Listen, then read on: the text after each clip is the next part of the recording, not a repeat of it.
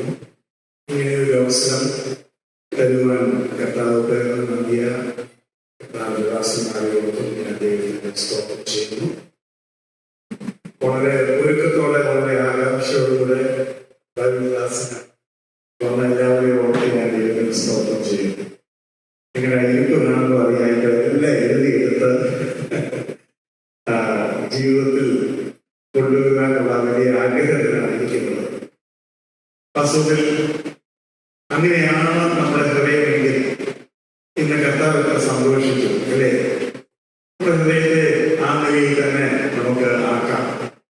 ഞാൻ പലപ്പോഴും ചിന്തിക്കുന്ന ഒരു വാക്യമാണ് നഥനീയലിനെ കണ്ടപ്പോൾ കർത്താവ് പറഞ്ഞ വാക്ക്. കർത്താവ് പറഞ്ഞു, ഇവൻ സാക്ഷാൽ ഇസ്രായേലിൽ, ഇവന് കപടമില്ല.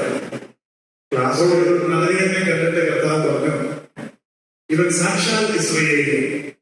അതിനെക്കുറിച്ച് ചിന്തിച്ചിട്ടുണ്ടോ? നഥനീയൽ പാപമൊന്നുമില്ലാത്ത അല്ലെങ്കിൽ വളരെ കുറച്ച് മാത്രം പാപം ചെയ്തിട്ടുള്ള വിശുദ്ധനായിരിക്കുന്ന വ്യക്തിയായിരുന്നോ? എന്തോ വിചാരം? നഥനീയൽ ഇവൻ സാക്ഷാൽ ഇസ്രായേലിൽ, ഇവരിൽ കപടമില്ല, ഒട്ടും കപടമില്ല. ദൈവവും സർട്ടിഫിക്കറ്റ് കൊടുത്ത ആളാ, ഒട്ടും കപടമില്ലാത്ത ആളാ. അങ്ങനെയാണോ? അതിനെക്കുറിച്ച് ഞാൻ പിന്നീട് എപ്പോഴെങ്കിലും അവസരം ലഭിക്കുമ്പോൾ പറയാം. എന്നാൽ ഇപ്പോൾ ഞാൻ പറയാൻ കാരണം, എന്ത് മനസ്സിലാകുന്നുവോ അതിനെ നേരെ ഹൃദയത്തിലേക്ക് സ്വീകരിക്കുവാൻ മനസ്സുള്ള ഒരു വ്യക്തിത്വമായിരുന്നു നഥനീയൽ. നഥനീയൽ യാക്കോബക്കാരനാണ് ഇരിക്കുന്നത്. അപ്പം ബൈബിളിൽ ഒരാൾ കാണിച്ചു കൊടുക്കുക, ഒരു മധ്യസ്ഥനെ ഉള്ളൂ, അത് എല്ലാവർക്കും വേണ്ടി മറുപടി നടത്താൻ കൊടുത്ത കർത്താവ് യേശുക്രിസ്തു തന്നെ. നഥനീയൽ അത് വായിക്കും, അങ്ങനെയാണോ? എന്നാ പിന്നെ ഇന്ന് മുതൽ കർത്താവ് മാത്രം എനിക്ക് മധ്യസ്ഥൻ. എടാ, നീ ഇന്ന സമയത്ത് വന്നതല്ലേ? അങ്ങനൊന്നും ചിന്തിക്കാൻ പാടില്ല. നിന്റെ ബാക്ക്ഗ്രൗണ്ട് അറിയാൻ. ഇതാണ് നഥനീയലിന്റെ പ്രത്യേകത. എന്ത് മനസ്സിലാകുമോ അതിനോട് 100% യോജിക്കുവാൻ തന്നെ തടയുന്ന ഒന്നുമില്ല. അപ്പോൾ നഥനീയലിന്റെ ഹൃദയത്തിൽ ഓൾറെഡി ഒരു വിചാരമുണ്ട്, എന്താ? നസ്രയത്തിൽ നിന്നും ഒരിക്കലും മെസ്സിയ വരത്തില്ല. അപ്പൊ നസ്രയത്തിൽ നിന്ന് നന്മ വരുമോ എന്ന് ഇപ്പൊ നഥനീയൽ പറഞ്ഞതേ ഉള്ളൂ. പക്ഷെ യേശുക്രിസ്തുവിന്റെ വാക്ക് കേട്ടപ്പോ തന്നെ നഥനീയൽ ചില കാര്യങ്ങൾ മനസ്സിലായി. അങ്ങനെ നഥനീയൽ എന്ത് പറഞ്ഞു? നീ ദൈവത്തിന്റെ പുത്രൻ, നീയാണ് വരാനുള്ള മെസ്സിയ. ഇതാണ് സ്ട്രെയിറ്റ് ഫോർവേഡ്നെസ്. എന്തോ? Straight forwardness. നമ്മൾ ചിലരൊക്കെ അങ്ങനെയാണ് നമ്മുടെ പശ്ചാത്തലം വിട്ട് വേറിട്ട കൂട്ടത്തിനോട് ചേർന്നത്. ഒന്നും നോക്കിയില്ല. ഇതാണ് ശരിയല്ല, നാം പിന്നെ പോയേക്കാം, വരുന്നവരെയൊക്കെ ദൈവം നോക്കിക്കോളൂ. എഴുന്നേറ്റ് മുമ്പിലോട്ട് വന്നിരിക്കണം പറഞ്ഞിട്ട് ആരെയൊക്കെ എഴുന്നേറ്റായിരുന്നു? ഞാൻ നോക്കിയില്ല. പറഞ്ഞോട്ട് സ്ട്രെയിറ്റ് ഫോർവേഡ് ആണ് എന്ത് ചെയ്തത്? മുമ്പിരിക്കണം. അതെന്താ? അങ്ങനെയാണോ നമ്മള്? പിന്നെ അങ്ങനെയാണോ നമ്മള്? എങ്ങനെയാണോ നമ്മള്? ഇപ്പൊ ഞാൻ ചോദിക്കുമ്പോഴും നിങ്ങൾക്ക് ചുമ്മാ ഉത്തരം പറയാം അല്ലേ? അറിയാവുന്നതും അറിയാവുന്നതും ഊഹിക്കുന്നതുമായ ഉത്തരങ്ങൾ നിങ്ങൾക്ക് പറയാം. പക്ഷെ നമ്മളാരാ? നമ്മളങ്ങനെ ഉത്തരം പറയരുത് അല്ലേ? നമ്മളെങ്ങനെ നമ്മൾ മസിലൊക്കെ പിടിച്ച് തിരിക്കും. അത് നഥനീയലിന്റെ സ്വഭാവമല്ല. നഥനീയൽ ധരിച്ചത് നസ്രയത്തിൽ നന്മ വരികയില്ല. അതാണ് വ്യക്തമായിട്ട് പറഞ്ഞു. എന്നാൽ അങ്ങനെയല്ല, താഴ്ന്ന നന്മ വന്നിരിക്കുന്നു എന്ന് തനിക്ക് ബോധ്യമായപ്പോൾ അതിനോട് ബന്ധം ചേരുകയാണ്. അപ്പം ഇന്ന് കർത്താവ് എങ്ങനെയുള്ളവരെ പഠിപ്പിക്കാനായിരിക്കും ആഗ്രഹിക്കുന്നത്? അവരെന്റെ പ്രസംഗങ്ങള് നോട്ട് എഴുതുന്നത് ദുഃഖം വെച്ചിരിക്കുന്ന നല്ലതാ. മെനക്കെട്ട് നോട്ട് എഴുതിയില്ലെങ്കിൽ ഞാനായിട്ട് നോട്ട് തരുന്നതില്ല. ചിലപ്പോൾ ഇവിടെ പ്രസംഗം കേട്ടാ ഒന്നും എഴുതാൻ പറ്റത്തില്ല. അത് നിങ്ങൾ തീരുമാനിച്ചോ?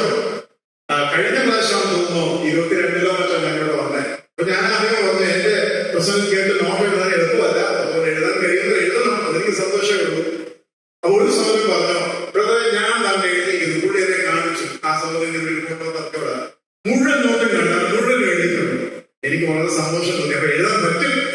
അപ്പോൾ നിങ്ങൾ ആ നിലയിൽ വളരെ ഇന്നസെന്റ് ആയിട്ട് വളരെ സ്ട്രെയിറ്റ് ഫോർവേഡ് ആയിട്ട് നഥനീയലിനെ പോലെ ദൈവവചനം കേൾക്കുകയും ഇന്ന് പറഞ്ഞല്ലോ പാട്ട് കേൾക്കാൻ മാത്രമല്ല അത് സഭയിലൂടെ പാടാൻ ശ്രമിക്കണം. ശരി, അങ്ങനെ ആയിക്കോട്ടെ എന്ന് പറയുന്ന ആ തുറന്ന ഹൃദയം നമുക്കുണ്ടാകുവാൻ ഇടയായിട്ട് പ്രാരംഭത്തിൽ കാര്യങ്ങൾ വ്യക്തിപരമായ നിലയിൽ എനിക്ക് പറയണമെന്ന് ആഗ്രഹമുണ്ട്. എന്റെ പിതാവ് കഴിഞ്ഞ മാസമാണ് മരിച്ചത്. കർത്താവിന്റെ സന്നിധിയിൽ ചേർക്കപ്പെട്ടു. താൻ സഭയിൽ നിന്നും ഞങ്ങളുടെ കുടുംബത്തിൽ അവസാനമായി മുമ്പോട്ട് വന്ന ഒരു വ്യക്തിയാണ്. ആ നിലയിൽ കർത്താവിന്റെ പ്രത്യാശയോടുകൂടിയാണ് താൻ കിട്ടത്. എന്നാൽ അതിന്റെ രാജ്യം മരിക്കുന്നതിന് 1-2 ദിവസം മുമ്പ് എന്റെ ബ്രദർ യുഎസിൽ നിന്നും വന്നിരുന്നു. അത് കഴിഞ്ഞ 2 ദിവസം കഴിഞ്ഞിട്ടാണ് രാജ്യം മരിക്കുന്നത്. അത് കഴിഞ്ഞ ഒരു 6 ദിവസം തികഞ്ഞില്ല. തനിക്ക് തിരിച്ചു പോകാൻ 2 ദിവസമേ ബാക്കി ഉണ്ടായിരുന്നു. ആ സമയത്ത് റോഡ് ക്രോസ് ചെയ്യുന്ന സമയത്ത് ഒരു വാഹനം വന്ന് അനിയനെ ഇടിച്ചു. അപ്പോൾ അത് ലെഫ്റ്റ് കൈ ഒഴിഞ്ഞു, മുട്ടിന് താഴെ റൈറ്റ് മുട്ട് തകർന്നു വരും. നല്ല ഹൈറ്റും വെയിറ്റും ഉള്ള ആളാണ്. അതുകൊണ്ട് ജീവൻ തിരിച്ചു കിട്ടി എന്ന് വേണമെങ്കിൽ പറയാം. ഉടനെ തന്നെ ഞങ്ങൾ എല്ലാവരും അവിടെ ഉണ്ടായിരുന്നു. റോഡ് ക്രോസ് ചെയ്തത് ഒരു 3-3:30 സമയം, അല്ലാതെ ഇരുട്ടത്തൊന്നും അല്ലല്ലോ. പെട്ടെന്ന് തന്നെ ഞങ്ങൾ ഭാരത് ഹോസ്പിറ്റലിൽ കൊണ്ടുപോയി. അവര് 2 സർജറി ഇട്ടു. എന്റെ വിചാരം ഒരു 10-12 സ്ക്രൂ ഉപയോഗിച്ചിട്ടുണ്ട്. എന്തായാലും വളരെ വേദന അനുഭവിക്കാൻ ഇടയായി. ഇപ്പോൾ ആള് ഫുള്ളി ബെഡിലാണ്. തിരിച്ചു പോകാനായിട്ട് കഴിയുന്നില്ല. ജോലി നഷ്ടപ്പെടാനുള്ള സാധ്യതയും കഴിവും പുറത്ത്. എന്റെ കുടുംബം യുഎസിലാണ്. അത് മറ്റൊരു പ്രശ്നം. മൂന്നാമത് യാത്ര ചെയ്യണമെങ്കിൽ നടക്കാനെങ്കിലും സാധിക്കണം. തനിക്ക് ഒറ്റക്കാലിൽ എഴുന്നേൽക്കാനുള്ള ശക്തിയൊന്നുമില്ല. ഭയങ്കര വെയിറ്റുള്ള ആളാണ്. അപ്പം അതൊരു വളരെ പ്രധാനപ്പെട്ട ഒരു പ്രാർത്ഥനാ വിഷയമായിട്ടിരിക്കുന്നു. എന്നെ വീട്ടിൽ വിളിക്കുന്നത് ബ്രൈൻ എന്നാണ്. ബിആർ വൈനി. എന്റെ അനിയനെ വിളിക്കുന്നത് ബ്രൈറ്റ് എന്നാണ്. Brine and bright. ബ്രൈറ്റിന് നിങ്ങളുടെ വലിയ പ്രാർത്ഥന ഞാൻ ആത്മാർത്ഥമായിട്ട് ചോദിക്കുകയാണ്. ഡിസ്കറേജ്ഡ് ആയിട്ട് പോകരുത്, നിരാശപ്പെട്ടു പോകരുത്. കാല് എത്രത്തോളം ബലപ്പെടുമെന്ന് അറിഞ്ഞൂട. കാരണം തനിക്ക് കാല് ഇങ്ങനെ ഞെക്കാനായിട്ട് പറ്റും. പക്ഷെ മേപ്പോട്ട് നമ്മുടെ വെള്ളകൾ മേപ്പോട്ട് എടുക്കാനുള്ള കഴിവില്ല. അപ്പൊ ആ ഞരമ്പിനും ചെറുതായിട്ടുണ്ട് എന്ന സംശയമുണ്ട്. കൈക്കും അതേപോലെ തന്നെ ഞരമ്പുകൾക്കും എന്തെങ്കിലും പ്രശ്നമുണ്ടോ എന്ന് സംശയമുണ്ട്. അപ്പൊ ഡോക്ടർ പറഞ്ഞു കാസ്റ്റ് മാറ്റിയിട്ട് ഇനി ആ കാര്യങ്ങൾ നോക്കാൻ പറ്റുന്നത് പ്രാഥമികമായിട്ട് ചെയ്യുന്നത് ചെയ്തു. ഇനിയിപ്പം മുമ്പോട്ടുള്ളത് പിന്നെ ഇങ്ങനെ ചില കോംപ്ലിക്കേഷൻസും അതിനോട് ചേർത്തുണ്ട്. നിങ്ങൾ ഓർക്കും ഞാൻ കരുതുകയാണ്. എന്റെ മാതാവിനെ സംബന്ധിച്ചിടത്തോളം ഭർത്താവ് 1 മാസം മുമ്പ് പോയി.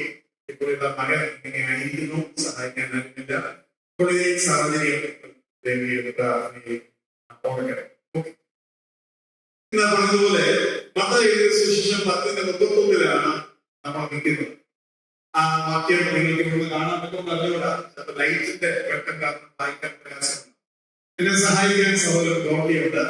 അദ്ദേഹം ആ വാക്യം വായിച്ചു ഇന്നത്തെ ക്ലാസ് ആരംഭിക്കാം. മത്തായി സുവിശേഷം 10-31 വാക്യം. ഭയപ്പെടേണ്ട, ഏറിയ കുരുതികളിലേക്കാണ് നിങ്ങൾ വിശേഷതയുള്ളവരുണ്ട്. ഭയപ്പെടേണ്ട, ഏറിയ കുരുകളിലേക്കാണ് നിങ്ങൾ വിശേഷതയുള്ളവരുണ്ട്. ഈ ക്ലാസ് ഞാൻ എടുക്കുമ്പോ എനിക്ക് വ്യക്തമായി കമ്മ്യൂണിക്കേറ്റ് ചെയ്യുവാൻ വളരെ വളരെ പ്രധാനപ്പെട്ട ഒരു ആശയമാണ്. ഞാനത് മുഖവരിയായിട്ട് ഇങ്ങനെ പറഞ്ഞോട്ടെ, അതിലേക്കാണ് നമ്മൾ വരുന്നത്. എന്നാലും അതെന്താണെന്ന് നിങ്ങൾ മനസ്സിലാക്കണം. നാളെ ഒരു പക്ഷെങ്കിൽ വേറെ ആൾക്കാർ വരുവാണെങ്കിൽ അവർക്ക് ഇത് കിട്ടുമെന്നുള്ള ഭയവും എനിക്കുണ്ട്. ഒരു കണ്ടിന്യൂസ് ക്ലാസ് ആണ്. നമ്മള് പ്രത്യേകിച്ച് ഇന്ന് ഇന്ത്യയിൽ, ലോകത്തിലെമ്പാടും ആ പ്രശ്നമുണ്ട്. പ്രത്യേകിച്ച് ഇന്ത്യയിൽ വിശ്വാസികൾ എന്ന നിലയിൽ നമ്മുടെ നിലനിൽപ്പ് ആശങ്കാജനമായിക്കൊണ്ടിരിക്കുകയാണ്. അല്ലേ? അതിനോടുള്ള ബന്ധത്തിൽ നമ്മൾ മനസ്സിലാക്കേണ്ടിയ ചില കാര്യങ്ങളാണ് വാസ്തവത്തിൽ ഈ അധ്യായത്തിൽ ഉള്ളത്. ഇവിടെ നാം പ്രതീക്ഷിക്കുന്നതല്ല പറയാൻ പോകുന്നത്. 10-ാം അധ്യായം ഞാൻ പറയുന്നത്. മത്തായി 10-ാം അധ്യായം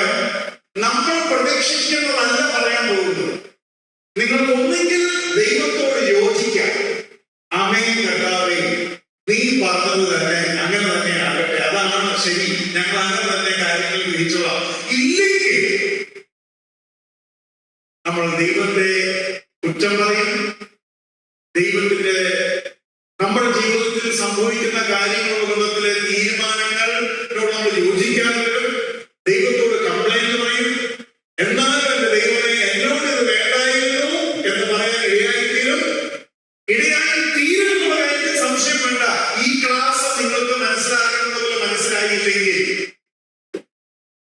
ഇന്ത്യയിലെ ലോകത്തിലെമ്പാടുമുള്ള വിശ്വാസികളുടെ നിലനിൽപ്പ് ഈ വചനത്തിന്റെ അടിസ്ഥാനത്തിൽ നമ്മൾ മനസ്സിൽ ഉറപ്പിക്കുകയും ആ ദൈവത്തിന്റെ നമുക്ക് തരുന്ന മെസ്സേജ് നാം നമ്മെ തന്നെ ഒരുങ്ങുകയും വേണം. ഈ മെസ്സേജിനനുസരിച്ച് നാം ഒരുങ്ങിയില്ലെങ്കിൽ നമ്മൾ നല്ലൊരു ശതമാനം ആൾക്കാരും ഒരുപക്ഷെ പ്രായമുള്ളവർ ഒരു പക്ഷേ കർത്താവിനെ വിളിച്ചാൽ രക്ഷപ്പെടുമായിരിക്കും. ഞങ്ങളൊക്കെ ഇത് അനുഭവിക്കാൻ പോവുക. വിശ്വാസത്തിന് വിരോധമായി, സുവിശേഷത്തിന് വിരോധമായി ഉയരുന്ന ശക്തികൾ അവർ ചെയ്യാൻ പോകുന്ന കാര്യത്തിനോടുള്ള ബന്ധത്തിൽ എന്റെ മനസ്സിൽ ഉണ്ടാകേണ്ടിയ ദൈവിക ആലോചനയെ കുറിച്ച് ഞാൻ ഉറപ്പ് പ്രാപിക്കുകയും അതിൽ ബലപ്പെടുകയും ചെയ്തില്ലെങ്കിൽ ഞാൻ ദൈവത്തെ തടയാൻ പോവാ. പിടിച്ചിരിക്കാൻ പറ്റില്ല. അവസാനത്തോളം പിടിച്ചു നിൽക്കുന്നവൻ അത് വേറെ പശ്ചാത്തലത്തിൽ പറഞ്ഞെങ്കിലും അത് വളരെ ഗൗരവമുള്ള വിഷയമാണ്. അതുകൊണ്ട് ഈ ക്ലാസുകൾ ഉടനെ സംജാതമാകാൻ പോകുന്ന സാഹചര്യത്തിലുള്ള ഒരുക്കമായി നിങ്ങൾ എടുക്കണം. ഇനി നിങ്ങൾ കടന്നു പോകാൻ പോകുന്നവരായിരിക്കട്ടെ, എനിക്ക് പ്രായമൊക്കെയായി, ഞാൻ ദൈവം എന്നെ നേരത്തെ വിളിക്കും. എന്നാൽ നിങ്ങളുടെ മക്കളും കൊച്ചുമക്കളും അനുഭവിക്കാൻ പോവാ. അതിനു മുമ്പേ അവരെ ഒരുക്കണം. വാസ്തവത്തിൽ ദൈവത്തെ അറിയാത്തവർക്ക് പിടിച്ചിരിക്കാൻ മേലാത്ത സാഹചര്യമാണ് ലോകത്തിലെമ്പാടും സംജാതമായിക്കൊണ്ടിരിക്കുന്നത്. അത് ഇന്ത്യയുടെ ബന്ധത്തിലും വളരെ, അത് വടക്കേന്ത്യയിലൊക്കെ വളരെ എന്താ പറയുന്നത്, അതിന് യാതൊരു സംശയവും വേണ്ട. ആ നിലയിൽ കാര്യങ്ങൾ അവിടെ പോയിരിക്കുകയാണ്. എല്ലാ സ്റ്റേറ്റിലുമായിട്ട് 300 വെച്ച് ആൾക്കാർ അറസ്റ്റ് ആയിക്കൊണ്ടിരിക്കുക. ഏകദേശം 4000 ക്രോസ് ചെയ്ത് കഴിഞ്ഞു. 4000 പരം ആൾക്കാർ ഓൾറെഡി കേസിലും ജയിലിലുമായിട്ട് കഴിയുക. വിശ്വാസികൾ കാര്യം മനസ്സിലാക്കണം. അതധികം നാളെടുക്കില്ല ഇങ്ങോട്ടേക്കൊന്നും പറഞ്ഞു വരാൻ. എന്റെ വാക്കുകൾ ഒട്ടും ആ നിലയിൽ എന്താ പറയുന്നത്, നേരത്തെ പറഞ്ഞ ഡിപ്ലോമസി ഒന്നും ഇല്ലാതായിരിക്കും കാര്യങ്ങൾ പറയുക. എന്നാൽ ഇവിടെ കർത്താവ് പറഞ്ഞ ഈ വാക്ക് ഒന്നുകൂടെ നമുക്ക് ശ്രദ്ധിക്കാം. കർത്താവ് പറയാണ്, നിങ്ങൾ ഏറിയ കുരികളേക്കാൾ വിശേഷതയുള്ളവർ. എന്തിനാണ് കർത്താവ് പറഞ്ഞത്? അങ്ങനെ പറയേണ്ട ആവശ്യമുണ്ടോ? കുരികളുമായിട്ട് എന്തിനാണ് നമ്മളെ കമ്പയർ ചെയ്യുന്നത്? കർത്താവ് എന്തിനാ പറയുന്നത്? നമുക്ക് അറിഞ്ഞൂടാ. കർത്താവ് നമുക്ക് വേണ്ടി മരിച്ചു, നമ്മളെ സൃഷ്ടിച്ചു, നമ്മെ സ്നേഹിക്കുന്നു, നമുക്കിത് അറിഞ്ഞൂടാ. എന്തിനാണ് കർത്താവ് പറയുന്നത് നിങ്ങൾ ഏറിയ കുരികളേക്കാളും വിശേഷം? ഇത് പറയാനുള്ള സാഹചര്യം എന്തുവാ? ഇത് തൊട്ട് മുമ്പുള്ള വാക്യങ്ങൾ വായിച്ചേ. തൊട്ട് മുമ്പുള്ള വാക്യം, വാക്യം. എന്നാൽ നിങ്ങളുടെ തലയിലെ രോമവും എല്ലാം എണ്ണപ്പെട്ടിരിക്കുന്നു. നിങ്ങളുടെ തലയിലെ രോമം പോലും എണ്ണപ്പെട്ടിരിക്കുക. കർത്താവ് എന്തിനാ ഇത് പറയുന്നേ? പറയാനുള്ള സാഹചര്യമല്ല. നമ്മളിത് വായിക്കുമ്പോ നമ്മുടെ മനസ്സിൽ ആദ്യം വരുന്ന ചിന്തയല്ല, ഞങ്ങള് ഏറിയ കുരികളേക്കാൾ വിശേഷതയുള്ളവരാണ്, ഞങ്ങളുടെ ഒരു തലമുടി പോലും എണ്ണപ്പെട്ടിരിക്കുന്നു, അതിലൊന്നുപോലും ദൈവം അറിയാതെ വീഴുന്നില്ല. അതെന്ത് മെസ്സേജ് നമ്മുടെ ഹൃദയത്തിലേക്ക് അത് തരുന്നേ? സുരക്ഷിതത്വമാണോ അതോ അപകടമാണോ? സുരക്ഷിതത്വമാണോ? ഇല്ലേ? അങ്ങനെയൊക്കെ ആണോ എന്ന് നമുക്ക് നോക്കാം. കർത്താവ് പറയാനുള്ള സാഹചര്യം തൊട്ട് മേലോട്ടൊന്ന് നോക്കിക്കേ. 28-ാമത്തെ വാക്യം. ദേഹിയെ കൊല്ലുവാൻ കഴിയാതെ ദേഹത്തെ കൊല്ലുന്നവരെ ഭയപ്പെടേണ്ട. ദേഹത്തെ കൊല്ലുന്നവരെ ഭയപ്പെടേണ്ട. ഭയപ്പെടേണ്ട. പക്ഷെ കൊല്ലുന്നില്ലെന്നാണോ പറഞ്ഞാൽ കൊല്ലുന്നാണോ? കൊല്ലും. ആശ്വാസം കിട്ടിയോ? കൊല്ലും. പക്ഷെ ഭയപ്പെടേണ്ട. ആരെ ഭയപ്പെടണം? മുമ്പോട്ട് ആരെ ഭയപ്പെടണം? ദേഹിയെയും ദേഹത്തെയും നരകത്തിൽ നശിപ്പിക്കുവാൻ കഴിയുന്നവരെ തന്നെ ഭയപ്പെടും. ഭയപ്പെടേണ്ട. ചാകത്തിനല്ല, ചത്താലും ചാകാനും മരിച്ചുകൊണ്ടിരിക്കുമ്പോഴും കുഞ്ഞുങ്ങള് വളരെ ശ്രദ്ധയോടെ കേൾക്കുന്നു. പെട്ടെന്ന് എന്റെ ഹൃദയത്തിൽ വന്ന ചിന്ത അറിയാമോ? ഈ വാക്യം വളരെ പ്രയോജനപ്പെടാൻ പോകുന്ന ഫസ്റ്റ് ടൈം ആൾക്കാരെ. എന്നിട്ട് ഭയപ്പെടേണ്ട എന്ന് പറയുക. മരിച്ചുകൊണ്ടിരിക്കുമ്പോ ഈ വാക്യം ഓർക്കണം. അല്ലെങ്കിൽ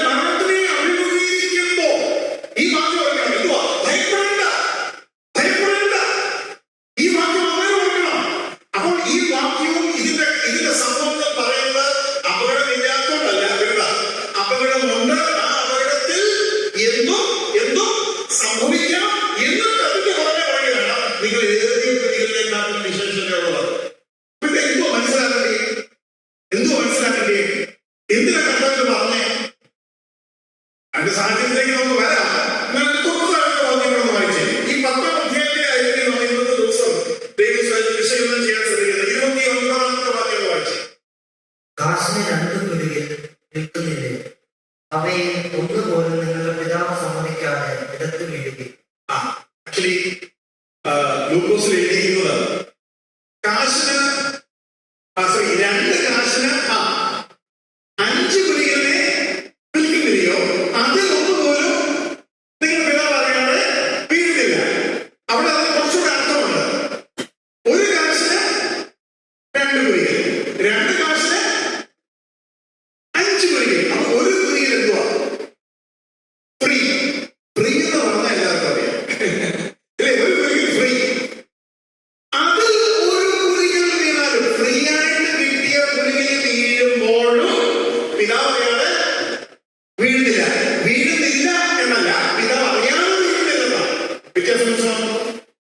വീഴുന്നില്ലെന്നല്ല പറഞ്ഞിട്ടുണ്ടോ, പിതാവ് അറിയാതെ വീഴുന്നില്ല. നിങ്ങളുടെ തലമുറ വീഴത്തില്ലെന്നല്ല, എന്താ പിതാവ് അറിയാതെ വീഴുകയില്ലെന്ന.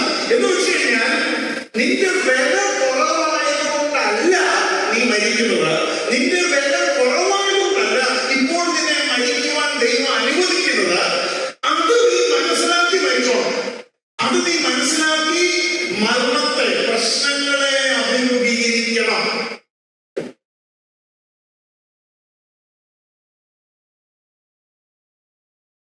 വാസ്തവത്തിൽ ഇതല്ലേ ഇന്നത്തെ രാഷ്ട്രീയ, ദേശീയ, ലോക ആത്മീയ സ്ഥിതിയെ കുറിച്ച് പഠിക്കുമ്പോൾ പഠിക്കേണ്ട കാര്യം.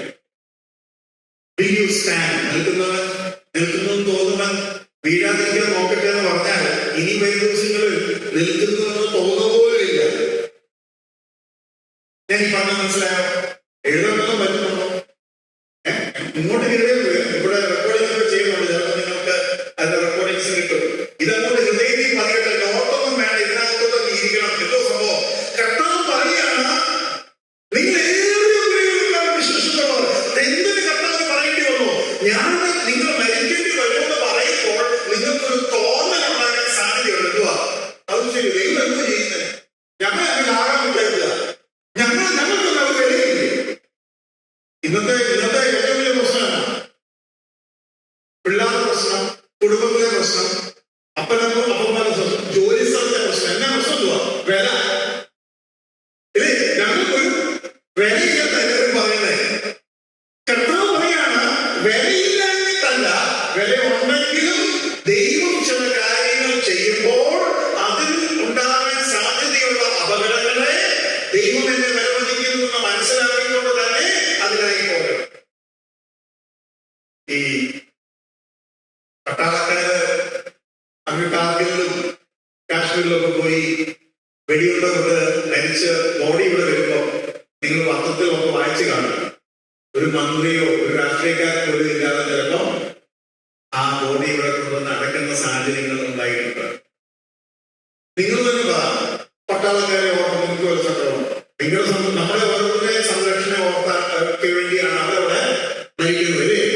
പക്ഷെ ദൈവം പറയുകയാണ്, എന്റെ രാജ്യത്തിന് വേണ്ടി നിങ്ങൾ കഷ്ടതയിലൂടെ കടന്നു പോകുമ്പോൾ അതിന്റെ നൊമ്പരം പൂർണ്ണമായും മനസ്സിലാക്കുന്ന ഒരു ദൈവമാണ് നിന്റെ ദൈവം. ഇനി ഇതിന്റെ സാഹചര്യത്തിലേക്ക് ഞാൻ നിങ്ങളെ കൊണ്ടുപോകാൻ പോവുകയാണ്. 10-ാം അധ്യായത്തിന്റെ വസ്തുവിൽ 1-ാം വാക്യം മുതലേ ആ കാര്യം ഉണ്ട്. എങ്കിലും അത് ശരിക്കും തുടങ്ങുന്നത് 14-ാമത്തെ വാക്യത്തിലാണ്. എങ്കിലും 6-ാം വാക്യം എന്ന് വായിച്ചേ. 10-ന്റെ 6-ാം വാക്യം എന്ന് വായിച്ചേ. ജാതികളുടെ അടുക്കൽ പോകാതെയും ശമര്യരുടെ പട്ടണത്തിൽ കടക്കാതെയും ഇസ്രായേൽ ജനത്തിന് കാണാതെ പോയ ആളുകളുടെ അടുക്കൽ തന്നെ ചെയ്തു. കാണാതെ പോയ ആളുകളുടെ അടുക്കൽ ചെല്ലുവീൻ എന്ന് പറയുന്നതാണ് ഇവിടുത്തെ സാഹചര്യം. കാണാതെ പോയ ആളുകളുടെ അടുക്കൽ ചെല്ലുവീൻ എന്ന് പറയുന്നതാണ് ഈ സംഭവം മുഴുവൻ കർത്താവ് പറയാൻ കാരണമായിട്ടുള്ളത്. അങ്ങനെ കാണാതെ പോയ ആളുകളുടെ അടുക്കൽ നിങ്ങൾ പോകുമ്പോൾ ഇന്ന് നിങ്ങളൊക്കെ സംഭവിക്കും. ഒരു കാര്യം കൂടെ ഉണ്ട് കേട്ടോ.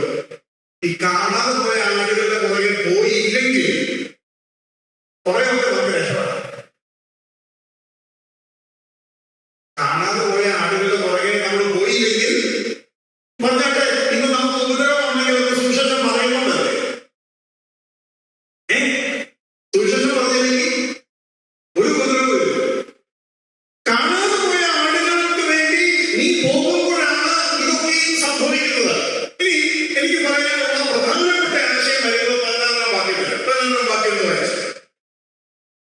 ചെന്നായ്ക്കളുടെ നടുവിൽ ആടിനെ പോലെ ഞാൻ നിങ്ങളെ അയക്കുന്നു.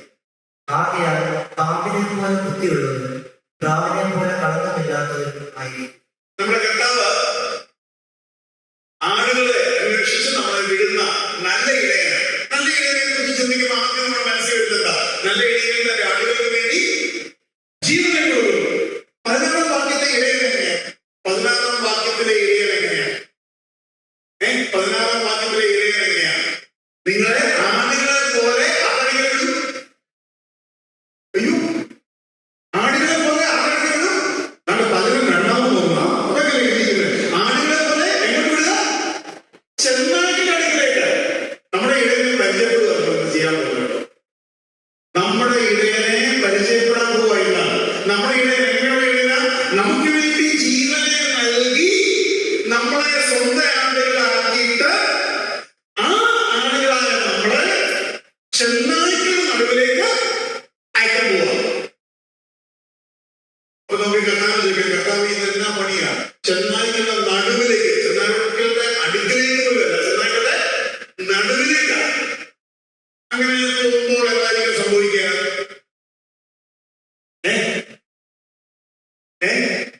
എന്തായിരിക്കും സംഭവിക്കുക? ഇപ്പൊ മനസ്സിലായോ? നിങ്ങൾ ഏറിയ കുരികളെക്കാട്ടും വിശേഷതയുള്ളവർ എന്ന ദൈവത്തിന് പറയാൻ ഇടയായത് എന്തുകൊണ്ടാണ്? കാരണം നമ്മുടെ മനസ്സിൽ ഓൾറെഡി എല്ലാ ചിന്ത വന്നു കഴിഞ്ഞു. ഈ നല്ല ഇടം എന്നെ എടുക്കുക, ആടുകളെ ചെന്നായ്ക്കളുടെ ഇടയിലേക്ക് അയക്കുകയാണ്. അപ്പൊ നമ്മുടെ മനസ്സിൽ എന്ത് തോന്നുന്നു? കർത്താവിന്റെ എന്ത് തോന്നുന്നു? ഞാൻ നോക്കുക, മുഖത്തിങ്ങനെ നോക്കുക, വല്ലോ തോന്നുന്നുണ്ടോ? എന്ത് തോന്നുന്നു? എന്നാലും എന്റെ കർത്താവെ എങ്ങോട്ട് അയക്കുന്നത്? ചെന്നായ്ക്കളുടെ നടുവിലേക്ക് അയക്കുക. അന്നേരം ആ മുഖം കണ്ടിട്ട് ആ കർത്താവ് പറഞ്ഞേ, നിങ്ങൾ അങ്ങനെ ചിന്തിക്കരുത്. നിങ്ങൾ ഇപ്പൊ ചിന്തിച്ചുകൊണ്ടിരിക്കുന്നത് ചിന്തിക്കരുത്. നിങ്ങൾ ഏറിയ കുരികളെക്കാട്ടും വിശേഷതയുള്ളത്. പറയുന്നത് മനസ്സിലായോ? വസ്തുത്തിൽ കർത്താവിന് ഇത് നമ്മളോട് പറയാൻ എന്ത് പ്രയാസം കാണണ്ടേ?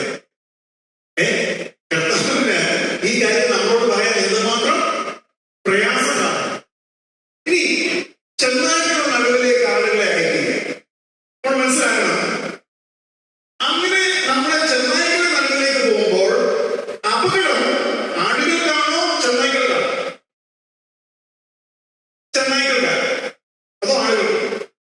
ആടുകൾക്കാണ്. എന്തോ പറയാൻ ഇതൊന്നും പറ. ആർക്കാ റിസ്ക്? ചെന്നായ്ക്കൾക്കാണോ റിസ്ക് അതോ ആടുകൾക്കാണോ റിസ്ക്? ആടുകൾക്കാണ് ആണല്ലോ. അപ്പം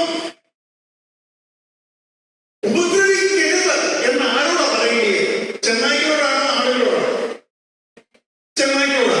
ആ വാക്യത്തിൽ ആരെയോടാ പറഞ്ഞിരിക്കുന്നത് ഉപദ്രവിക്കരുത്? ആടുകളോടാ പറഞ്ഞിരിക്കുന്നത്. നിങ്ങൾ പോകുമ്പോൾ ചെന്നായ്ക്കളെ ഉപദ്രവിക്കരുത് കേട്ടോ. ഇങ്ങനെയാണോ? എന്നൊന്ന് വായിച്ചത് പറയാം. 16 ചെന്നായ്ക്കളുടെ നടുവിൽ ആടിനെ പോലെ ഞാൻ നിങ്ങളെ അയക്കുന്നു. ആകയാൽ പാമ്പിനെ പോലെ ബുദ്ധിയുള്ളവരും പ്രാവിനെ പോലെ കളങ്കമില്ലാത്തവരും ആയിരിക്കും. ഈ പ്രാവിനെ പോലെ കളങ്കമില്ലാത്തവർ ആയിരിക്കും എന്ന് പറയുന്ന വാക്യം ഇംഗ്ലീഷിൽ എഴുതിയിരിക്കുന്നത് ബി ഹാംലെസ് ലൈക്ക് ഡൗസ് എന്നാണ്. പ്രാവിനെ പോലെ ഉപദ്രവിക്കാത്തവരായിരിക്കുന്ന, ഹാംലെസ് ഉപദ്രവിക്കാത്തവർ. ഞാൻ മനസ്സിലാക്കാം എന്തോ എങ്ങനെയായിരിക്കണം? നമ്മൾ പാമ്പിനെ പോലെ ബുദ്ധിയുള്ളവരായിരിക്കണം. പിന്നെ പ്രാവിനെ പോലെ ഉപദ്രവിക്കാത്ത പക്ഷിയെ പോലെ ആയിരിക്കണം. അപ്പോൾ കർത്താവ് പറയുകയാണ്, നിങ്ങൾ ചെന്നായ്ക്കളെ ഉപദ്രവിക്കരുത്. ഇതാണോ നിങ്ങൾ ഈ ആക്രിയയിൽ നിന്ന് പ്രതീക്ഷിച്ചത്? അപ്പം ശരിക്കും പറഞ്ഞാൽ എങ്ങനെ പറയേണ്ടിയിരുന്നത്? ശരിക്കും പറഞ്ഞാൽ എങ്ങനെ പറയട്ടെ? നിങ്ങൾ പോകരുത്. ചെന്നായ്ക്കളുടെ അടുക്കലെങ്ങാനും ചെന്ന് പെട്ട അത്യാവശ്യം സെൽഫ് ഡിഫൻസ് ഒക്കെ പഠിച്ചു വേണം പോകാൻ. ഇല്ലേ? അങ്ങനെയല്ലേ പറയണ്ടേ? അല്ലെങ്കിൽ നിങ്ങൾ അങ്ങോട്ട് പോകരുത് എന്ന് വേണം പറയാൻ. ഈ ലോയിന്റെയും നിയമത്തിന്റെയും ഒക്കെ സംരക്ഷണയോടുകൂടെ അവരുടെ അടുക്കിലേക്ക് പോകാം. അങ്ങനെയുള്ള എന്താ പറഞ്ഞേ? നിങ്ങൾ അവരുടെ നടുവിലേക്ക് പോകണം. എന്നിട്ട് അവരെ ഉപദ്രവിക്കാതിരിക്കാൻ നോക്കണം. ഇതിൽ നിന്ന് നമ്മൾ മനസ്സിലാക്കേണ്ട ഒരു വിഷയമാണോ?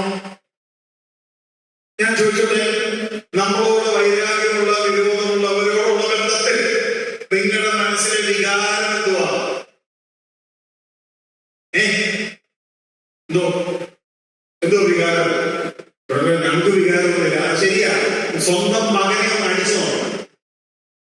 എന്നെ കുതിരെ തല്ലുന്നത് എന്റെ അമ്മ യൂട്യൂബിൽ ഒന്ന് കാണുമ്പോൾ ആ അമ്മയോട് ചോദിക്കണം.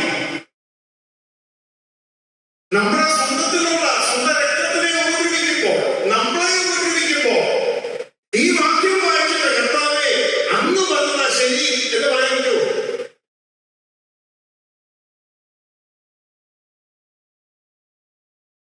അപ്പോൾ കർത്താവ് പറയുകയാണ്, നിങ്ങൾ പാമ്പിനെ പോലെ ബുദ്ധിയുള്ളവരും പ്രാവിനെ പോലെ നിഷ്കളങ്കരും, ഹാംലെസ്, ഇന്നസെന്റ് അല്ല, ഹാംലെസ് ആയിരിക്കണം. ഈ പാമ്പിനെ പോലെ ബുദ്ധി എന്ന് വെച്ചാൽ അതെ, പാമ്പിന് ഭയങ്കര ബുദ്ധിയാണോ? പാമ്പിന്റെ ബുദ്ധിയെ കുറിച്ച് നിങ്ങൾ പഠിച്ചിട്ടുണ്ടോ? പാമ്പിന് ഭയങ്കര ബുദ്ധിയാണോ? ഈ സർക്കസില് എല്ലാ മൃഗങ്ങളെയും ട്രെയിൻ ചെയ്ത് നിങ്ങൾ എന്തെങ്കിലുമൊക്കെ പരിപാടി കണ്ടിട്ടുണ്ടോ? അല്ലെ, കരടി, പുലി, അല്ലെ, സിംഹം, ആന, പിന്നെ ഏത് മൃഗം, പക്ഷേ കോഴിയുടെ പോലും ഇപ്പം ഓരോന്നൊക്കെ പ്രോഗ്രാംസ് കാണാൻ സാധിക്കും ഈ സർക്കസിലൊക്കെ, അല്ലെങ്കിൽ അങ്ങനെയുള്ള പ്രോഗ്രാംസ്. പാമ്പിനെ കൊണ്ട് വല്ല പ്രോഗ്രാമും കണ്ടിട്ടുണ്ടോ? എന്താ ഇതിനെ ട്രെയിൻ ചെയ്യാൻ തക്കവണ്ണം ഒരു അല്പം പോലും ബുദ്ധി ഇതിന് ശരിക്കില്ല. ശാസ്ത്രീയമായി പറഞ്ഞാൽ പാമ്പിന് ബുദ്ധി തീരെ കുറവാണ്. ഓർമ്മശക്തിയും കുറവാണെന്ന് ആരോ എന്നോട് പറയാൻ വേണ്ടിയായി. 3 മിനിറ്റിൽ കൂടുതൽ ഓർമ്മ അതിന് നിൽക്കുന്നില്ല. അതുകൊണ്ട് അത് വീണ്ടും വീണ്ടും ചിലർ തന്നെ പിന്നെയും ചെല്ലും എന്നൊക്കെ അത് ഞാൻ പഠിച്ചിട്ടുള്ള കാര്യങ്ങളല്ല, അതിനോട് പറഞ്ഞതാണ്. അതിനെ കുറിച്ച് എനിക്ക് അറിയുന്നത്. അതെ, പാമ്പിന് ചെവിയുണ്ടോ? ഉണ്ടോ? അപ്പൊ ഈ പാമ്പാട്ടികൾ ഇങ്ങനെ പാമ്പിനെ വെച്ചോണ്ട് ഇങ്ങനെ ശബ്ദം കേൾപ്പിക്കത്തില്ലേ? പീ പീന്ന്. അതെന്തോ ചെവിയുണ്ടോ? അപ്പൊ ഈ ശബ്ദം ഉണ്ടാക്കുന്ന ആർക്ക് വേണ്ടിയാ? നമുക്ക് വേണ്ടിയാ. നമ്മളെ പറ്റിക്കുക. പാമ്പിനെ മുമ്പ് ഇങ്ങനെ കാണിക്കും. ഇതിങ്ങനെ കറക്കുന്നത് അറിയാമോ? ഈ കറങ്ങുമ്പം പാമ്പ് അനങ്ങും. ഇത് കറക്കിയില്ലേ പാമ്പ് അനങ്ങത്തില്ല. അപ്പൊ നമ്മൾ കേട്ടിട്ടുണ്ട് ഈ പാമ്പാട്ടിയുടെ ഈ ഫ്ലൂട്ട് കേട്ടിട്ട് പാമ്പ് ഇങ്ങനെ ആടുകയാണ്, പാമ്പ് ഡാൻസ് ചെയ്യാറുണ്ട്. നമ്മൾ വിചാരിക്കുന്നത് പാമ്പിന് ചെവിയില്ല, ഒന്നാമത്തെ കാര്യം. രണ്ടാമത്, പാമ്പിന് കൊമ്പുണ്ടോ? ഒട്ടേറെ പാമ്പിന് കൊമ്പുണ്ടോ? കാല് ഉണ്ടോ? കയ്യ്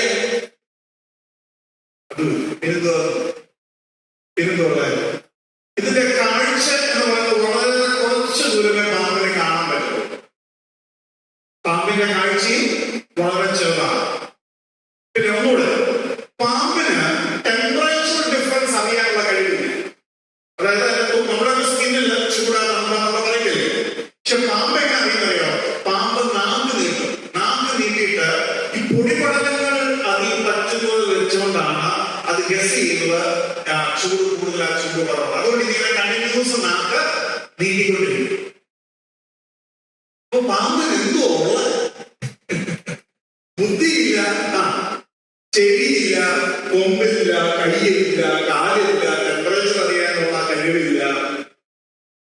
ഒരു മനുഷ്യന്റെ, ഒരു ജീവിയുടെ ഏറ്റവും ബലഹീനമായ പോർഷനാണ് അതിന് നട്ടല്.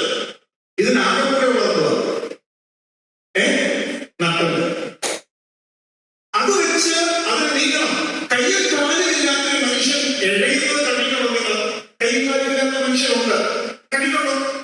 ഈ യൂട്യൂബിൽ വീഡിയോസിലൊക്കെ കണ്ടിട്ടുണ്ടോ? ഇല്ലേ? കയ്യിൽ കാലില്ലാത്തത് അവരെങ്ങനെ മൂവിയെന്ന് കണ്ടിട്ടുണ്ടോ? ശരിക്കും പുഴു നീങ്ങുന്ന പോലെ ആണ് അവർക്ക് നീങ്ങാൻ പറ്റുക. അപ്പോൾ ഈ മൃഗത്തിന്, ഈ ജീവിക്ക് വാസ്തവത്തിൽ ഒന്നുമില്ല. പിന്നെന്തിനാ പാമ്പിനെ പോലെ ബുദ്ധിയുള്ളവരാകുമെന്ന് പറഞ്ഞേ? അല്ല, പിന്നെന്തിനാ പാമ്പിനെ പോലെ ബുദ്ധിയുള്ളവരാകുമെന്ന് പറഞ്ഞേ? എനിക്കൊന്നും ഇല്ല എന്ന അറിവ് പാമ്പിനുണ്ട്. എനിക്ക് തടയാൻ കഴിയില്ല. ഇപ്പൊ എന്നെ ഒരാൾ അടിക്കാൻ വന്നാൽ എനിക്ക് എന്തെല്ലാം ചെയ്യാൻ പറ്റും. പക്ഷെ പാമ്പിന് എന്ത് ചെയ്യാൻ പറ്റും? നിങ്ങൾ പറയും പാമ്പിന്റെ കയ്യിൽ വിഷമില്ലേ? ഞാൻ വിഷം തരാം. നിങ്ങളുടെ വായുടെ ഉള്ളിൽ ഞാൻ വിഷം തരാം. എന്നിട്ട് കയ്യും കാലും ഉള്ള ഒരു കുഞ്ഞിനെ നിങ്ങൾ കയ്യും കാലും ഉപയോഗിക്കാതെ കടിക്കാൻ ശ്രമിക്കണം. ആ കുഞ്ഞ് തിരിച്ച് ഫൈറ്റ് ചെയ്യും.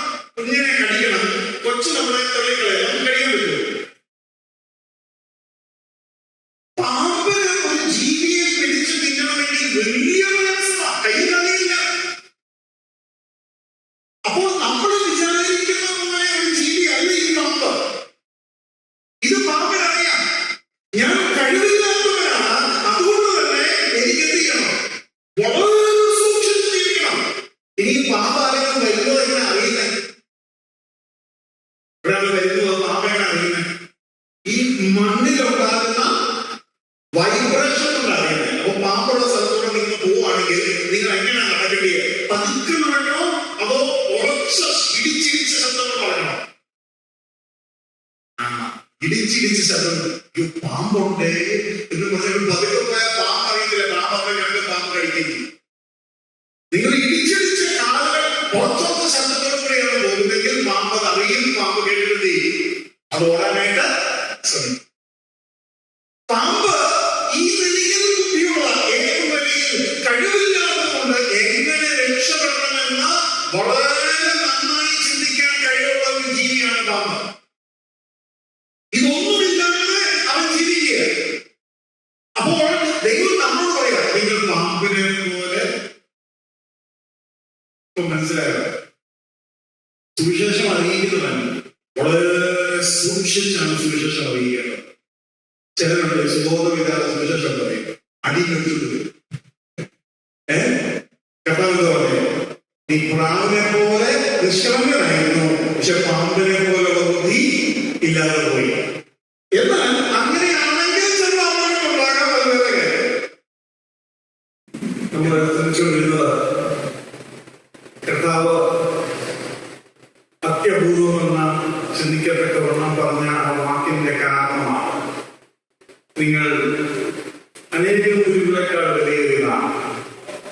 കർത്താവ് പറയുമ്പോൾ വാസ്തവത്തിൽ തേങ്ങുന്ന ഹൃദയത്തോടു കൂടിയാണ്.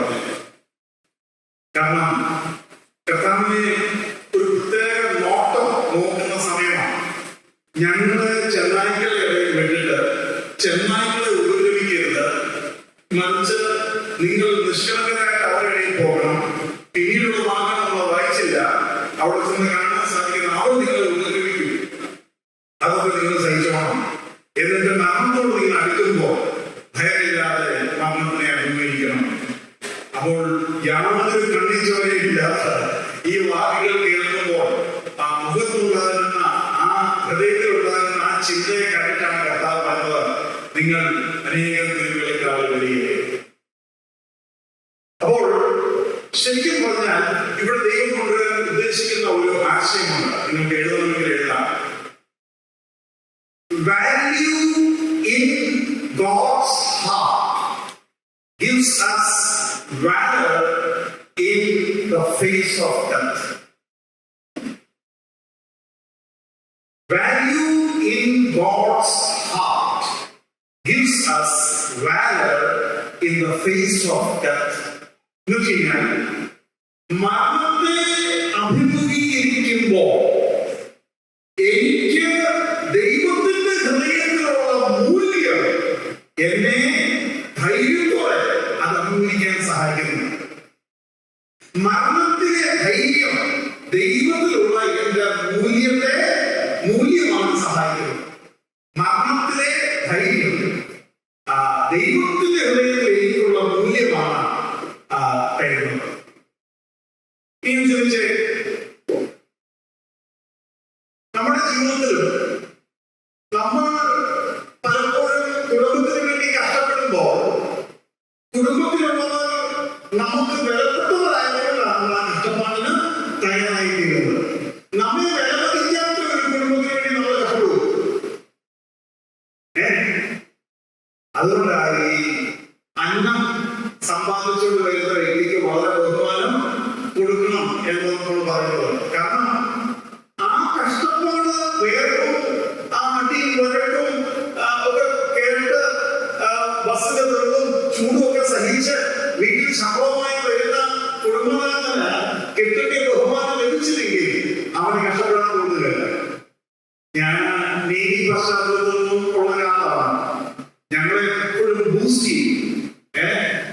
എന്റെ ഓഫീസിൽ പറയുന്ന വാക്ക് ഞാൻ ഓർക്കുന്നു, you are the cream of Indian navy. Indian നേവിയുടെ ക്രീം എന്ന് പറയുന്നത് ക്രീം വെണ്ണയാണ് അല്ലേ? അങ്ങനെയാണ് നിങ്ങൾ എന്നൊക്കെ പറയും. എന്തിനാ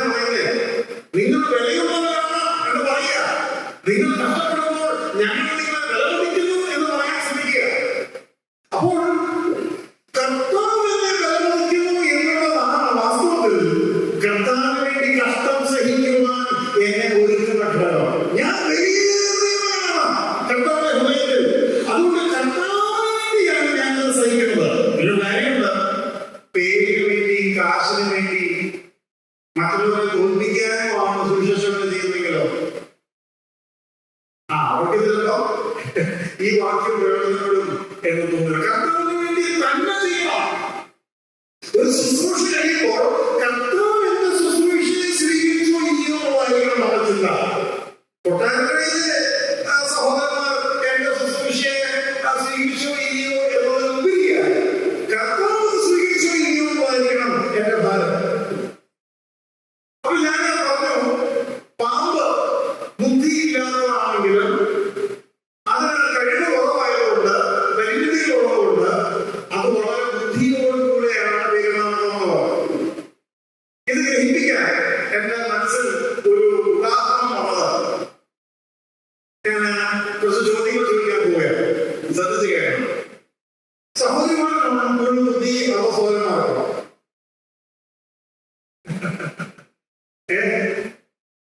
എന്തോ ഓർക്കത് പറഞ്ഞു,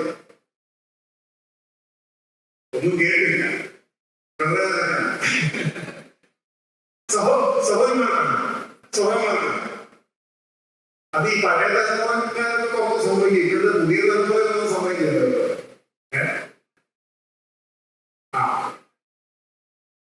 വാസ്തവത്തില് ഈ പറയുന്നത് ഒരു മൈക്ക് കൊടുത്താൽ ശരിക്കും കേട്ടായിരുന്നു. ഓക്കെ, അപ്പം ശ്രദ്ധിക്കണം. ആർക്കാണ് കൂടുതൽ ബുദ്ധി എന്നുള്ളത് നമുക്ക് ഈസിലി തെളിയിക്കാൻ പറ്റും. രണ്ടു ചോദ്യങ്ങളോട് ചോദിക്കും. ഗവൺമെന്റ് പറയുന്നത് പെൺകുട്ടി 18 വയസ്സിൽ വിവാഹം കഴിക്കാം, പുരുഷൻ 21 വയസ്സാകണം. അതിൽ നിന്ന് എന്ത് തെളിഞ്ഞു?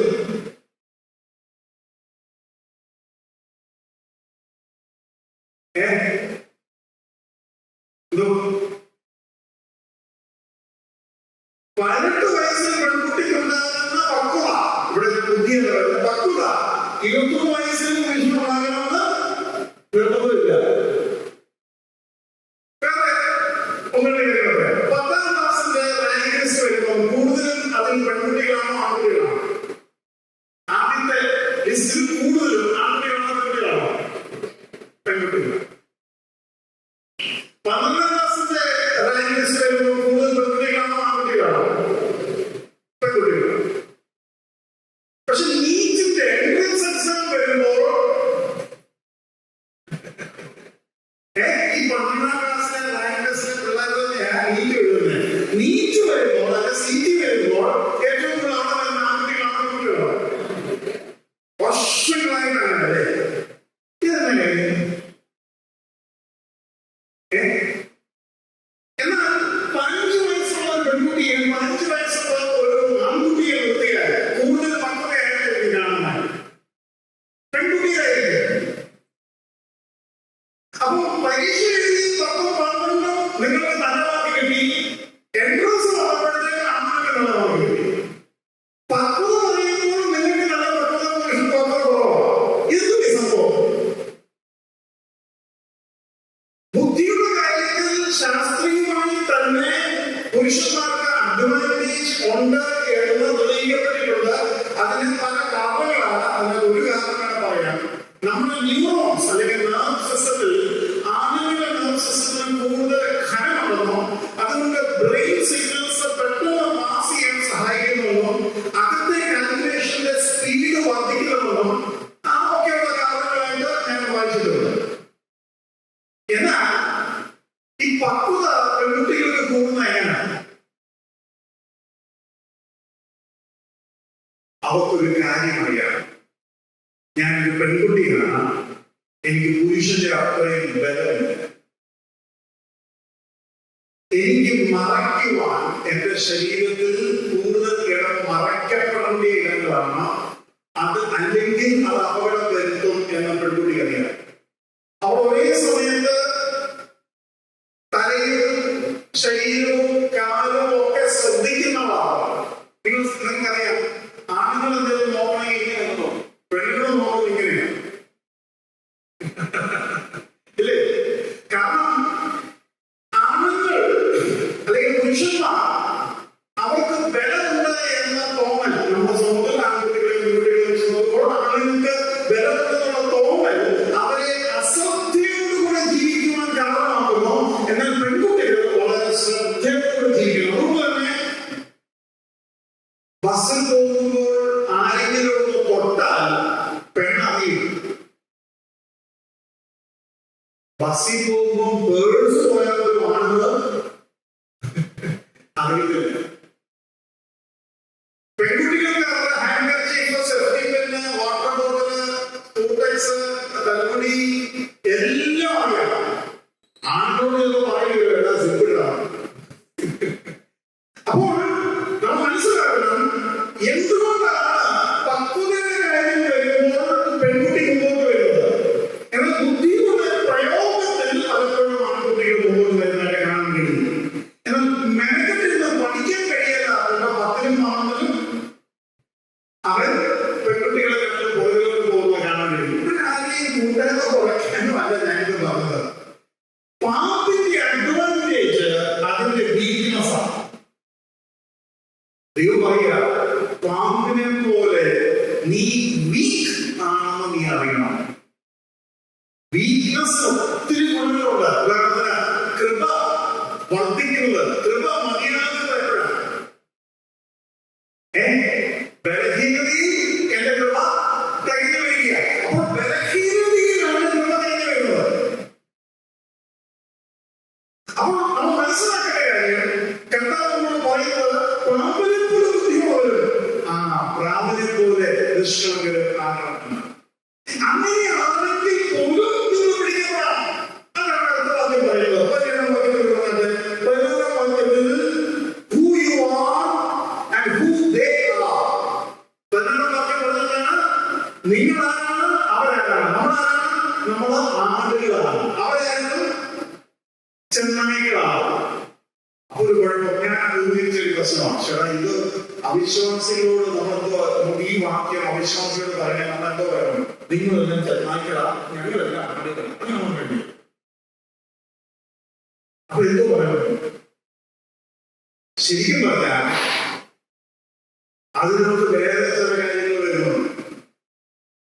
നിങ്ങൾ ഒരു കാര്യം കാണുമ്പോൾ ഞാൻ പറയാം. നമ്മൾ 6ാം വാക്യം വായിച്ചത് ഇങ്ങോട്ട് പോകണം. 6ാം വാക്യം വായിച്ചത് അതേ അദ്ദേഹത്തിന് 6ാം വാക്യം ജാതികളുടെ അടുത്ത് പോകാതെയും ശമര്യരുടെ പട്ടണത്തിൽ കടക്കാതെയും സ്വയം ഗൃഹത്തിനെ കാണാതെ പോയ ആടുകളുടെ അടുത്ത് തന്നെ ചെല്ലുന്നു. കാണാതെ പോയ ആടുകളുടെ അടുത്ത് തന്നെ ചെല്ലുക എന്ന് വെച്ച് കഴിഞ്ഞാൽ അവരും ആടുകൾ തന്നെയാണ്. ഈ ചെന്നായിനെ വിളിച്ചാലും അവരും ആടുകൾ തന്നെയാണ്. പക്ഷെ എന്റെ ആടുകളായ നിങ്ങൾക്ക് അവരെ എങ്ങനെ പേടിയ? ചെന്നായികളെ പോലെ പേടിയ. പക്ഷെ നിങ്ങൾ അവരെ ഉപദ്രവിക്കരുത് എന്നാണ് പറഞ്ഞത്. അപ്പോൾ ഒരു അവിശ്വാസിയോട് പറയുമ്പോൾ നിങ്ങളെ കുറിച്ച് ചെന്നായി എഴുതിയിരിക്കുന്നത് എന്ന് പറഞ്ഞതിൽ ഉപരിയായിട്ട് നിങ്ങൾ അപകടകാരികളാണ്. അപകടത്തെ നിങ്ങൾ സുവിശേഷം പറയുന്നതിന് വേണ്ടി അഭിമുഖീകരിച്ചേ പറ്റൂ എന്നുള്ള ആശയമാണ് അവിടെ നമുക്ക് മനസ്സിലാക്കാൻ കഴിയും. അത് പറഞ്ഞിട്ട് നമുക്ക് ഇങ്ങോട്ട് വരാം. മുമ്പോട്ട് വരുമ്പോൾ നിങ്ങൾ പിടിക്കപ്പെടും എന്നാണ് പറഞ്ഞത്. 17ാം വാക്യം എന്താ പറയുന്നത്? What they will do. Who you are, who they are. നിങ്ങളാരാണ്, അവരാരാണ്. ഇപ്പൊ എന്താ പറയുന്നത്? അവർ നിങ്ങളോട് എന്ത് ചെയ്യും? 17 മനുഷ്യരെ സൂക്ഷിച്ചു കൊള്ളുകയും അവർ നിങ്ങളെ ന്യായാധിപ സഭകളിൽ ഏൽപ്പിക്കുകയും തങ്ങളുടെ പള്ളികളിൽ വെച്ച് ചമ്മട്ടി കൊണ്ട് അടിക്കുകയും എന്റെ നിമിത്തം നാടുവാഴികൾക്കും രാജാക്കന്മാർക്കും മുമ്പിൽ കൊണ്ടുപോവുകയും ചെയ്യും. അത് അവർക്ക് ജാതികളുടെ സാക്ഷ്യമാണ്. അപ്പോൾ ഇവിടെ നമ്മൾ വായിച്ചത് beware of men. ഇങ്ങനെയൊക്കെ സൂക്ഷിക്കുമ്പോഴും നിങ്ങളെ മനുഷ്യൻ പിടിക്കും. പിടിച്ചാൽ എന്തൊക്കെ സംഭവിക്കും? ആടുകൾക്ക് കൊടുക്കുന്ന സന്ദേശമാണ്. എന്ത് കൊടുക്കുന്നത്?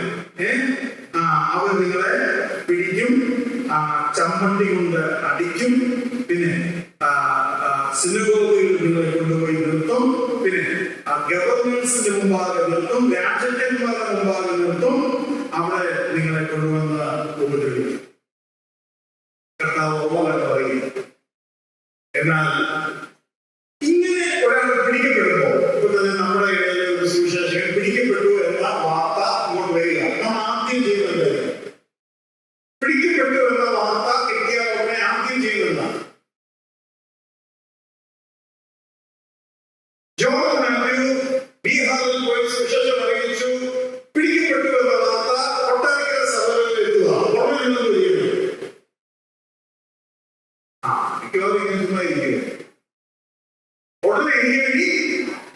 പ്രാർത്ഥിക്കും. ചിലരെങ്കിലും ഒരു ബെയിലിന് വേണ്ടി എന്തെങ്കിലും ചെയ്യുന്നുണ്ടോ എന്നൊക്കെ ചിലർ അന്വേഷിക്കും. ചിലർ അതിന് വേണ്ടി ചില കാര്യങ്ങളൊക്കെ ചെയ്യും. കർത്താവ് ഉടനെ ചെയ്യുന്നുണ്ടായിരിക്കും. നമ്മുടെ പ്രാർത്ഥന കേട്ടിട്ട് കർത്താവിന്റെ പ്രാർത്ഥന കേട്ടിട്ട് ഉടനെ ചെയ്യുന്നത് ഉടനെ തന്നെ നമ്മളെ രക്ഷപ്പെടുത്താനുള്ള കാര്യങ്ങളൊക്കെ ചെയ്യും. ആ വാക്യം ഇപ്പൊ വായിച്ച വാക്യത്തിൽ എഴുതിയിരിക്കുന്ന നോക്കിക്കേ. 12-ാം വാക്യത്തിൽ വായിച്ച് എന്റെ നിമിത്തം നാടുവാഴികൾക്കും രാജാക്കന്മാർക്കും നിങ്ങൾ കൊണ്ടുപോവുകയും ചെയ്യും. അത് അവർക്കും ജാതികൾക്കും ഒരു സാക്ഷ്യമായിരിക്കും. 19-ാം വാക്യം വായിച്ചു. എന്നാൽ നിങ്ങളെ ഏൽപ്പിക്കുമ്പോൾ എങ്ങനെയോ എന്തോ പറയേണ്ടത് എന്ന് വിചാരപ്പെടേണ്ട. പറയുവാനുള്ളത് ആ നാഴികയിൽ തന്നെ നിങ്ങൾക്ക് വരും. ആ നാഴികയിൽ തന്നെ നിങ്ങൾക്ക് വരും. 20-ാം വാക്യം വായിച്ചു. പറയുന്നത് നിങ്ങളല്ല, നിങ്ങൾ പറയുന്ന നിങ്ങളുടെ പിതാവിന്റെ ആത്മാവാണ്. 3 കാര്യം നമ്മൾ വായിച്ചേ. 18-ൽ അവർക്ക് സാക്ഷ്യത്തിന് ഇടവരും. 19-ൽ ഇനി നിങ്ങൾ എന്ത് സംസാരിക്കുമെന്ന് നിങ്ങൾ സ്വയമേ ആലോചിക്കണ്ട, നിങ്ങൾ പറയുന്നത് ഞാൻ പറഞ്ഞു തരും. 20-ൽ നമ്മൾ വായിച്ചേ പിതാവിന്റെ ആത്മാവായിരിക്കും ഇനി സംസാരിക്കുക. നമ്മൾ പറയുന്നത് ഈ സാക്ഷ്യം പറയാന്ന് വെച്ചാല് എന്തുവാ? സമയം ഞാൻ ഒന്നും ചെയ്തിട്ടില്ല, എന്നെ വെറുതെ വിട്ടേര്. പിടിക്കപ്പെട്ടാൽ അവർക്ക് സാക്ഷ്യത്തിന് കാരണമാകും. നിങ്ങളൊന്ന് സംസാരിക്കുമെന്ന് നിങ്ങൾ ചിന്തിക്കേണ്ട. ദൈവം തരുന്ന വാക്കുകൾ പറയണം. ഈ സംസാരിക്കുന്നത് നിങ്ങളല്ല. നിങ്ങൾ സംസാരിക്കുമ്പോൾ തന്നെ പിതാവിന്റെ ആത്മാവായിരിക്കും സംസാരിക്കുന്നത്. എന്തോ സംസാരിക്കുന്നേ? യേശുക്രിസ്തു രക്ഷകൻ.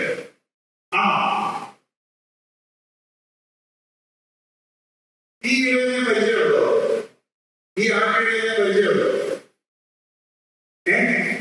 ചെന്നായ്ക്കൾ വരെ വിട്ടിട്ട് അവരെ ഉപദ്രവിക്കുന്നു പറഞ്ഞിട്ട് അവർ പിടിച്ചാൽ എന്തിനു വേണ്ടിയാണോ അവർ പിടിച്ചത് ആ കാര്യം നന്നായിട്ട് പറയാൻ ഞാനവരെ സഹായിക്കാവുന്നത്.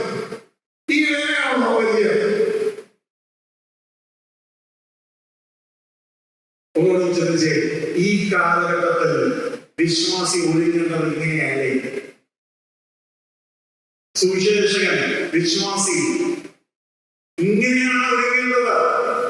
ഈ വിഷയം പഠിച്ച് ഇതിൽ നിന്ന് തന്നെ നമ്മൾ കാര്യങ്ങൾ മനസ്സിലാക്കി കഴിയുമ്പോൾ ഇപ്പോൾ നിങ്ങൾക്ക് എന്ത് തോന്നുന്നു?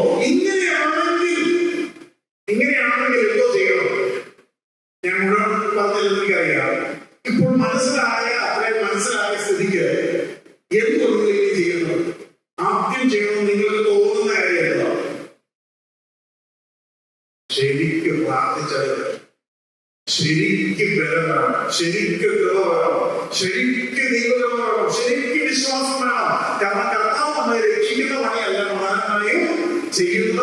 മറിച്ച് എല്ലാ അവസരങ്ങളിലും സുവിശേഷം അറിയിക്കാനാണ് കർത്താവ് ഉദ്ദേശിക്കുന്നത്. അപകടത്തിനകത്തേക്ക് കർത്താവ് വിടുമ്പോൾ തന്നെ നമ്മൾ സൂക്ഷിക്കാൻ പറയുമ്പോൾ തന്നെ അപകടമുണ്ടാകും എന്ന് പറയുന്നു. അതിന്റെ അവസാനം നമ്മൾ പറയുകയാണ്, നിങ്ങൾ മരിക്കുമ്പോൾ നിങ്ങളെ കൊല്ലുന്നവരുണ്ടാകെ നിങ്ങൾ ഭയപ്പെടേണ്ട, നിങ്ങൾ ധൈര്യത്തോടെ മരിച്ചോളൂ, നിങ്ങൾ വിലയേറിയതാണ്. അപ്പോൾ എന്തോ നിങ്ങൾക്ക് തോന്നുന്നത്? എന്തുമാത്രം പ്രാർത്ഥനയും എന്തുമാത്രം ദൈവകൃപയും ബലവും നമുക്ക് ആവശ്യമാണ്. അങ്ങനെ തോന്നുന്നു? കാരണം നിങ്ങൾ നേരത്തെ സുവിശേഷം അറിയിച്ചാൽ ദൈവത്തിനല്ല ദൈവത്തിന്റെ മെയിൻ പണി. അവൻ 10 ദിവസം ജയിലിൽ കിടന്നാൽ എനിക്ക് ഒരിക്കലും എത്തുവാൻ സാധിക്കാത്തവരോട് സുവിശേഷം പറയാൻ സാധിക്കുമല്ലോ എന്നുള്ളതാണ് ദൈവത്തിന്റെ ലക്ഷ്യം. പിതാവിന്റെ ആത്മാവിനെ നിങ്ങൾ സംസാരിക്കുന്നത്. നിങ്ങൾ ആരെങ്കിലും പിടിക്കപ്പെട്ടിട്ടുണ്ടോ? ആരെങ്കിലും ജയിലിൽ പോയിട്ടുണ്ടോ? ഉണ്ടെങ്കിൽ ഈ വചനം നിങ്ങളുടെ ജീവിതത്തിലും അനുഭവിച്ചിട്ടുണ്ടാവും. പിതാവിന്റെ ആത്മാവ് സംസാരിക്കുന്നു. അത് കോടതിയാകാം, പോലീസ് സ്റ്റേഷൻ ആകാം, ഒക്കെ ആകാം. പക്ഷെ അത് നിങ്ങൾ റിയലൈസ് ചെയ്തിട്ടുണ്ടോ? ഇപ്പൊ സംസാരിക്കുന്നത് പിതാവിന്റെ ആത്മാവാണ്. നിങ്ങൾ വിശ്വസിക്കുന്നുണ്ടോ? അതോ അന്യഭാഷ പഠിക്കുന്നതാവോ? ദൈവത്തിന്റെ ആത്മാവ് അന്നേരം സംസാരിക്കുന്ന പിതാവേ. അതിനുശേഷം പിന്നെ പറയുകയാണ്, അതിനുള്ള ചില കാര്യങ്ങൾ ചേർത്ത് പറയുകയാണ്. എന്താ പറയുന്നത്? 21 സഹോദരൻ സഹോദരനെയും അപ്പൻ മകനെയും മരണത്തിൽ ഏൽപ്പിക്കും. അമ്മയപ്പന്മാർക്ക് എതിരായി മക്കൾ എഴുന്നേറ്റ് അവരെ കൊല്ലിക്കും. ഇതും വരാൻ പോവുകയാണ്. എങ്ങനെ വരാൻ പോകുന്നത്? നമ്മുടെ തന്നെ മെഡിക്കൽമാരായിരിക്കുന്ന പിള്ളേര് അപ്പന് ഭ്രാന്ത് ചുമ്മാ സുവിശേഷം പറഞ്ഞ് പ്രശ്നമുണ്ടാക്കി എന്റെ പ്രൊമോഷനും പോവും, എന്റെ ജോലിയും പോവും. നമ്മളൊക്കെ വിശ്വാസികളാണെന്ന് നാട്ടുകാരും കൂടെ അറിയും. ഒന്നുകിൽ അപ്പൻ അടങ്ങിയിരിക്കണം, അല്ലെ അപ്പനെ കുറിച്ച് ഞങ്ങൾ എന്ത് ചെയ്യും? ഏൽപ്പിക്കും. നമ്മൾ കാണുക എന്തുകൊണ്ടാണ് ഇത് രാഷ്ട്രീയക്കാർ പലരും BJP-യിലേക്ക് ചെയ്യുന്നത്? നമുക്കറിയാം. അപകടം വരുന്നു എന്ന് മനസ്സിലാകുമ്പോൾ അപകടം വരുത്തുവാൻ ഉദ്ദേശിക്കുന്നവരോട് ചെയ്യുക. അതൊക്കെ ചെയ്യുന്നത് ബുദ്ധിപൂർവ്വമാണ് ചെയ്യുന്നത്. അത് ബുദ്ധിപൂർവ്വമല്ല ചെയ്യുന്നത്, മണത്തരവുമല്ല അവർ ചെയ്യുന്നത്. രക്ഷപ്പെടാൻ അറിയണം. പക്ഷെ ക്രിസ്ത്യാനികൾ എന്ന് പറയുന്ന ക്രിസ്തീയ കൂട്ടങ്ങളോ അത് ചെയ്യുന്നത് കണ്ടോ?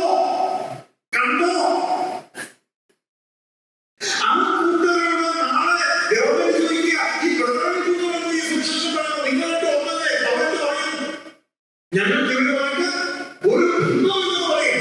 അതിന്റെ ഒരു ലെവലായി വീട്ടിനകത്ത് നടക്കുന്നത്. സ്വന്തം ഭാര്യ, സ്വന്തം അപ്പൻ, സ്വന്തം മകൻ കൂട്ടത്തിൽ നടന്നുവെങ്കിലും കൂട്ടത്തിലില്ലാത്തവർ അവർ പറയും എല്ലാം സുരക്ഷിതം പറയുന്നത് അവരെ പിടിച്ചോ, ഞങ്ങളൊക്കെ ക്ലിയർ ആൾക്കാർ, ഞങ്ങളാരും ഈ രണ്ട് പണി ചെയ്യുന്നവരല്ല, ഇവരെ പിടിച്ചോ വിളിക്കും. അങ്ങനെ പിടിച്ചോണ്ട് പോയാൽ ആ കുടുംബത്തിന് രക്ഷപ്പെടാൻ കഴിയും. ഒരാൾ മാത്രമേ ജയിലിൽ പോകുള്ളൂ. അതല്ലേ യഹൂദന്മാർ പറഞ്ഞേ, ജനത്തിന് വേണ്ടി ഒരാൾ നയിക്കുന്നത് നല്ലത്. അപ്പൊ കുടുംബത്തിലുള്ള എല്ലാ യഹൂദന്മാരും ആലോചിച്ച് പറയും, അങ്ങനെ അല്ല ഭാര്യയൊക്കെ ചേർന്ന് പോയില്ല, അല്ലെ അപ്പനെ ആക്കി ഏൽപ്പിക്കുകയാണെങ്കിൽ നമുക്ക് സ്വസ്ഥമായി ഇവിടെ ജീവിക്കാൻ പറ്റും. അല്ലെ പോലീസ് നമ്മളെ ഇങ്ങനെ ജീവിക്കാൻ സമ്മതിക്കത്തില്ലെന്ന് പറയും. നിങ്ങളുടെ കുഞ്ഞുങ്ങളുടെ വിശ്വാസത്തെ കുറിച്ച് നിങ്ങൾക്ക് അറിയണമെങ്കിൽ വളരെ ആഴത്തിൽ അവരുടെ ബോധ്യത്തെ ആരായേണ്ടി വരും. ഇല്ലെങ്കിൽ ഇങ്ങനെ ഒരു സാഹചര്യം വരുമ്പോൾ അവരെ ഏൽപ്പിക്കും. ആ ഏൽപ്പിക്കുന്നുണ്ടോ വായിച്ചോ? സ്വന്തം മുന്നിൽ സംഭവിക്കാൻ പോവുക. വിശ്വസിക്കുന്നുവെങ്കിൽ അങ്ങനെ വായിക്കാം. നോക്കിക്കേ 21-ാമത്തെ വാക്യം. സഹോദരൻ സഹോദരനെയും അപ്പൻ മകനെയും മരണത്തിൽ ഏൽപ്പിക്കും. അമ്മയപ്പന്മാർക്ക് എതിരായി മക്കൾ എഴുന്നേറ്റ് അവരെ കൊല്ലിക്കും. Now brother will deliver brother to death, and a father his child, and children will rise up against parents and cause them to be put to death. വിശ്വസിക്കുന്നുണ്ടോ?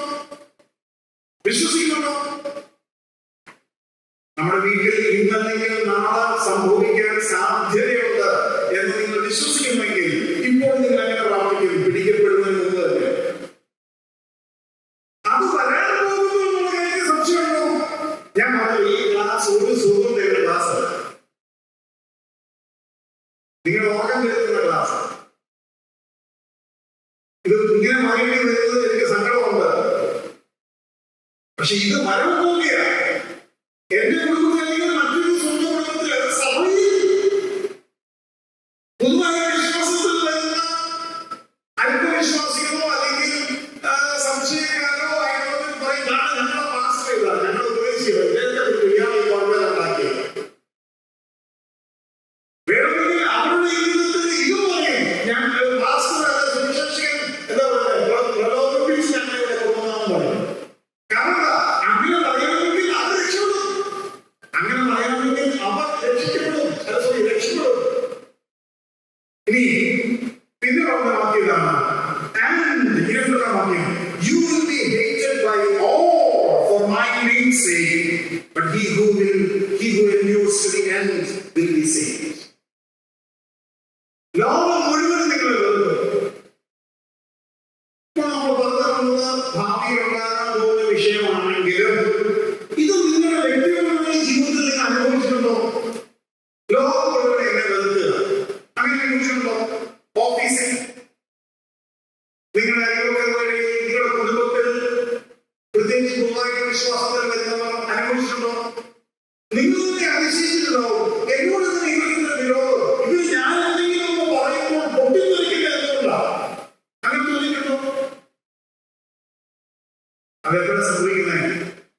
സുവിശേഷം പറയുമ്പോൾ. സുവിശേഷം പറയുന്നവൻ എന്ന ലേഖനമാണ്. അത് സത്യവിശ്വാസി എന്നുള്ള സ്ഥാനത്ത് നിൽക്കുമ്പോഴാണ് ഞാനിത് പല നിലകളിൽ അനുഭവിച്ചിട്ടുണ്ട്. എനിക്കൊരു കാര്യം മനസ്സിലായി. എന്റെ കുടുംബത്തിലുള്ളവരുടെ ഇടയിലേക്ക് ഞാൻ ചെല്ലുകയാണെങ്കിൽ ഞാൻ ഒന്നും മിണ്ടിയില്ലെങ്കിലും ഞാൻ പ്രസംഗിച്ചുകൊണ്ടിരിക്കുകയാണ് അവരില്ല. ഉദാഹരണം,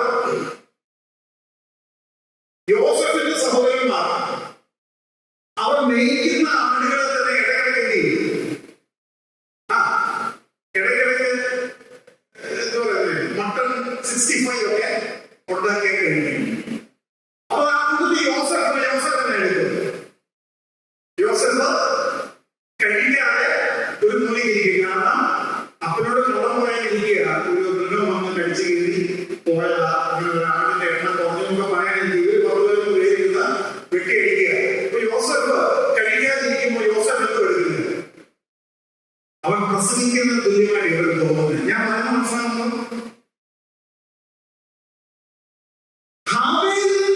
ഒന്നും പറയണ്ട, കൈ തട്ടിക്കഴിഞ്ഞ വ്യക്തിത്വത്തിന്റെ ജീവിതം തന്നെ കൈ നേരെയുള്ള പ്രസംഗം പോലെയാണ് തോന്നുന്നത്. അപ്പോൾ ഈ ഒരു അവസ്ഥ നിങ്ങളെ അന്വേഷിച്ചു പോകും. ഞാൻ ഒരിക്കലും ഈ മനുഷ്യരോട് ഒന്നും പറഞ്ഞില്ലല്ലോ, എന്തുകൊണ്ടാണ് ഇത്രയും ദേഷ്യപ്പെടുന്നത്? ഇത്ര പൊട്ടിത്തെറിക്കുന്നതുകൊണ്ടാ? നമുക്കറിയത്തില്ല. അയ്യോ ഇതാ കാര്യം. പിന്നെ മനസ്സിലായി. ഞാൻ ഒരിക്കലും എനിക്കൊരു ഡിപ്പാർട്ട്മെന്റൽ ട്രാൻസ്ഫർ ഉണ്ടായി. ട്രാൻസ്ഫർ ആയിട്ട് ഞാൻ പുതുതായിട്ട് ആ ഡിപ്പാർട്ട്മെന്റിൽ ചെന്നു. അപ്പോൾ അവിടെ ഒരു ആളോ എന്നോട് പറയാ, നിനക്ക് മുമ്പ് ഇവിടുന്ന് പോയത് നിന്നെ പോലെ ഒരു വിശ്വാസിയായിരുന്നു. അത് കഴിഞ്ഞിട്ട് നീ ഇങ്ങോട്ട് വന്നു. ഞാൻ പറഞ്ഞു ശരി. പുള്ളി ഒരു മാന്യനായിരുന്നു.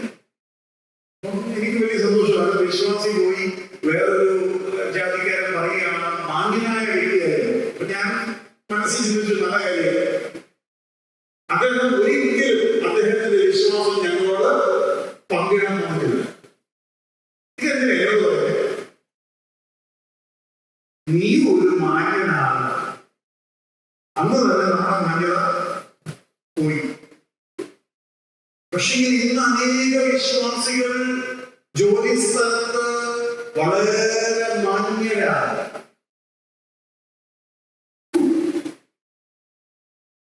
ഇന്ന് അനേക വിശ്വാസികൾ കുടുംബങ്ങളിൽ, കൂട്ടുകാരുടെ മധ്യത്തിൽ, അയൽവക്കക്കാരുടെ മധ്യത്തിൽ സ്വീകാര്യരാണ്. ആരും അവരെ വെറുക്കുന്നില്ല. ഈ വാക്യം വായിക്കുമ്പോൾ എന്തുകൊണ്ട് എഴുതിയിരിക്കുന്നത് അവർക്ക് മനസ്സിലാക്കുന്നില്ല. ഞാൻ നിങ്ങളൊരു കാര്യം പറയാം. നിങ്ങളുടെ വിശ്വാസത്തിന്റെ മാറ്റം ഒരയ്ക്കാൻ പോവുകയാണ്. നിങ്ങളുടെ തടിമണം പുറത്ത് വരാൻ പോവുകയാണ്. ഇവിടെ സ്തോത്രം പറഞ്ഞതുപോലെ അല്ല ഇനിയുള്ള ദിവസങ്ങൾ. വാസ്തവമായിട്ടുള്ള നിന്റെ ബന്ധം ദൈവവുമായിട്ട് വ്യക്തമായ ഒരു ദൃഢ ബന്ധത്തിലേക്ക് വന്നില്ലെങ്കിൽ നീ അതിന്റെ അഭിനയമുണ്ടല്ലോ, അതൊന്നും ഇനി ചെലവാക്കാൻ പോകുന്നില്ല.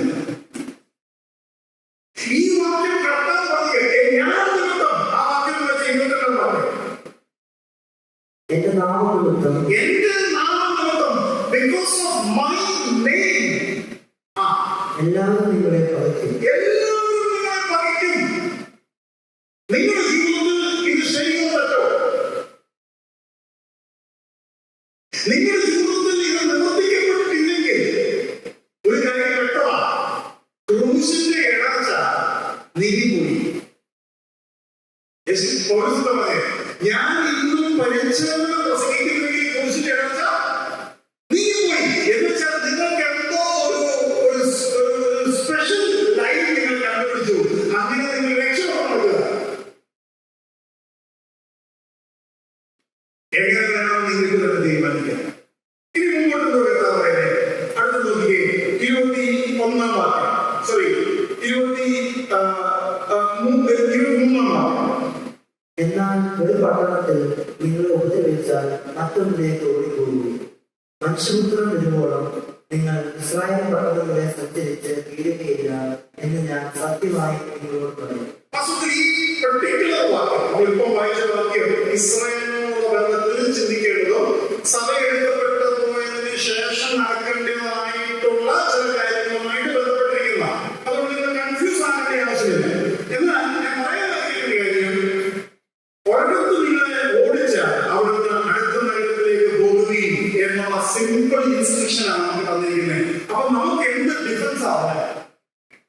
ചെന്നായിട്ട് എവിടെ പോകണം?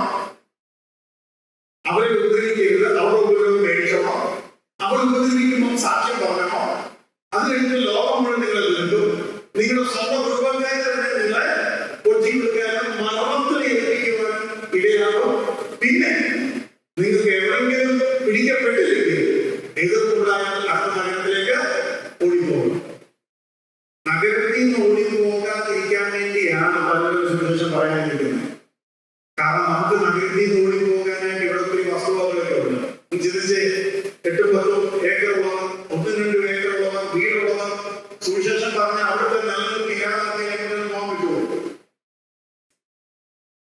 ഇസ്രായേൽ ആദിമസഭയുടെ ഉണ്ടായിരുന്ന ഒരു പ്രയോജനം, അവരെ ചെറുതിക്കുന്നതിന് മുമ്പേ അവർ ഉള്ളതെല്ലാം വിറ്റ് സഭയുടെ ആവശ്യങ്ങൾക്ക് വേണ്ടി കൊടുത്തു. അവർ ചെറുതിക്കുന്ന സമയത്ത് അവർക്കെന്തില്ലായിരുന്നു, പിടിച്ചു നിർത്താൻ വസ്തുവൊക്കെ ഒന്നില്ലായിരുന്നു. അവരെ വിട്ടുപോയി. നമ്മളോട് വിട്ടുപോകുമ്പോൾ നമുക്ക് വിട്ടുപോകുമല്ലോ. അപ്പൊ നമ്മൾ എന്ത് ചെയ്യും? നമ്മൾ വേറെ പരിപാടികൾ നോക്കും. അതിന് ഞാനത് പറയുമ്പോൾ നിങ്ങൾ അതിശയിക്കരുത്. അതിനൊരു ഉപോത്ബലമായിട്ട് കർത്താവ് കാര്യം പറയുന്നുണ്ട്. 24-25 വാക്യം. ശിഷ്യൻ ഗുരുവിന് മീതെയല്ല, ദാസൻ യജമാനു മീതെയുമല്ല. ഗുരുവിനെ പോലെ ആകുന്നത് ശിഷ്യന് മതി, യജമാനെ പോലെ ആകുന്നത് ദാസന് മതി. അവർ വീട്ടുടയവനെ ബേൽസെബൂൽ എന്ന് വിളിച്ച് വീട്ടുകാരെ എത്തിക്കാറുണ്ട്. ഗുരുവിനെ പോലെ ആകുന്നത് ശിഷ്യന് മതി. ഗുരു എന്തുവായത്? ഗുരു അത്ഭുതം പ്രവർത്തിച്ചു. ഗുരു പിന്നെ വെള്ളത്തിന് മീതിലൂടെ നടന്നില്ല, നമുക്കറിയാം. അതാണ് എന്താ പറയുന്നത്? ഗുരുവിനെ പോലെ ആകുന്നത് മതി. ഗുരുവിനെ പോലെ പരമാവധി ആയാൽ എവിടെ പോകും? കുരിശ് വരും. ആർക്കെന്നാണോ ഗുരുവിനെ പോലെ? നിന്നെ പോലെ ആക്കുവാൻ വലിയ പാഠമാണ് എന്ന് വരുന്ന അർത്ഥം. കർത്താവിന് മനസ്സ് വരെ നിങ്ങൾക്ക് ഉണ്ടാകട്ടെ എന്ന് പറയുമ്പോൾ അർത്ഥം എന്തുവാ? ഗുരുവിന് ഭീകരാകാൻ പറ്റത്തില്ല എന്ന് വെച്ചാൽ ഗുരു ആയത് പുരുഷന. ഒരു പക്ഷേ പത്രോസ് അതുകൊണ്ടല്ല പറഞ്ഞ കർത്താവ് എന്നെ തലകീഴ്, അതൊരു ചരിത്രമാണ്, തലകീഴായി ഘോഷിച്ചാൽ മതി. എന്റെ കർത്താവ് മരിക്കുന്നത് വസ്തു ഈ വാക്യം മനസ്സിൽ വെച്ചോണ്ട് അറിയില്ലേ, ഞാൻ ഗുരുവിനൊപ്പം ആകുന്നത് ശരിയല്ല, ഞാൻ തലകീഴായി ധരിക്കുവാൻ തയ്യാറാക്കുക. അപ്പോൾ ഇതാണ് കർത്താവ് ഇവിടെ വെച്ച് പറയാനായിട്ട് ശ്രമിക്കുന്നത്. അപ്പോൾ നമ്മളിപ്പോൾ ഇതുവരെ എന്താ ശ്രമിച്ചത്? ഒന്നാമത് 14-ാം വാക്യത്തിൽ who you are, who they are. നിങ്ങൾ ആരാണ്, അവർ ആരാണ്. 17 നമ്മൾ പറഞ്ഞത് what they will do, അവർ നിങ്ങളോട് എന്ത് ചെയ്യും. 19-ാം വാക്യം പറഞ്ഞത് what you have to do, നിങ്ങൾ എന്ത് ചെയ്യണം. നിങ്ങൾ ഉപദ്രവിക്കരുത്, നിങ്ങൾ സാക്ഷ്യം പറയണം, നിങ്ങൾ സ്വയമേ ആലോചിച്ച് കണ്ടുപിടിച്ച് കാര്യങ്ങളൊന്നും പറയണ്ട. ദൈവാത്മ നടത്തിപ്പിൽ സംസാരിക്കണം, ആത്മപ്രേരണയിൽ സംസാരിക്കണം. നിങ്ങളുടെ പിതാവായിരിക്കും സംസാരിക്കുന്നത്. പിന്നെ പറഞ്ഞേ 20-ാം വാക്യത്തിൽ what God would do, ദൈവം എന്ത് ചെയ്യും എന്ന് പറഞ്ഞു. 21-ാം വാക്യത്തിൽ എന്ത് സംഭവിക്കും, what will happen. What will happen? 22-23 നമ്മൾ കാണുന്നത് what will be your status. എന്തുവായിരിക്കും സ്റ്റാറ്റസ്? ഗുരുവിനെ പോലെ ശിഷ്യനും, ഗുരുവിനെ പോലെ ശിഷ്യനും. ഇതാണ് കർത്താവ് പറയുന്ന റീസണിങ്ങിന്റെ പുറകിലെ രഹസ്യം. ഇനി 24-ലേക്ക് നമ്മൾ പോകാം. സോറി, അത് വായിച്ചതല്ലേ? ഇനി 26-27 വാക്യങ്ങളാണ്. അതുകൊണ്ട് അവരെ ഭയപ്പെടേണ്ട, മറച്ചു വെച്ചതൊന്നും വെളിപ്പെടാതെ ഗൂഢമായതൊന്നും അറിയാതെ ഇരിക്കുകയില്ല. അതുകൊണ്ട് അവരെ ഭയപ്പെടേണ്ട. ഇത് പറയുന്നത് ഗുരുവിനെ അവർ ബേൽസെബൂലിൽ വിളിച്ചു, ബേൽസെബൂലിന്റെ ആണെന്ന് വിളിച്ചു.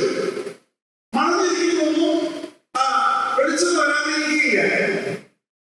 ഈ ഡിപ്പാർട്ട്മെന്റിലും നെയ്ബർഹുഡിലും കുടുംബത്തിലും നമ്മളെ കുറിച്ച് പലതും പറയും, നമ്മളെ കുറിച്ച് പലതും പറയും. അതൊന്നും ഇവിടെ വെച്ച് ക്ലാരിഫൈ ആവില്ല. നമ്മൾ ഏറ്റവും വലിയ ചതിയരാണ്, നമ്മൾ പ്രശ്നം ഉണ്ടാക്കുന്നവരാണ്, നമ്മൾ സ്നേഹമില്ലാത്തവരാണ്, നമ്മൾ സ്വന്തം കുടുംബത്തിന്റെ അപമാനം കൊണ്ട്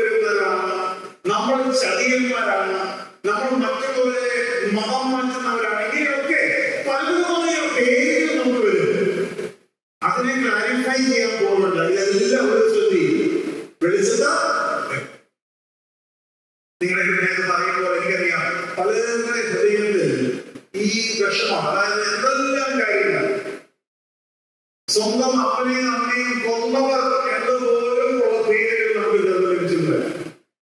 ചതിയന്മാർ, അതൊക്കെ ഭയങ്കരമായിട്ട് വേദനിക്കുന്ന കോണ്ടെക്സ്റ്റിലാണ് അതൊക്കെ പറയപ്പെടുന്നത്. കുടുംബത്തിന്റെ ഗ്രൂപ്പിൽ നിന്നും ഗ്രൂപ്പ് വാട്സാപ്പ് ഗ്രൂപ്പ് സുവിശേഷം പറയുന്നതുകൊണ്ട് വാട്സാപ്പ് ഗ്രൂപ്പിൽ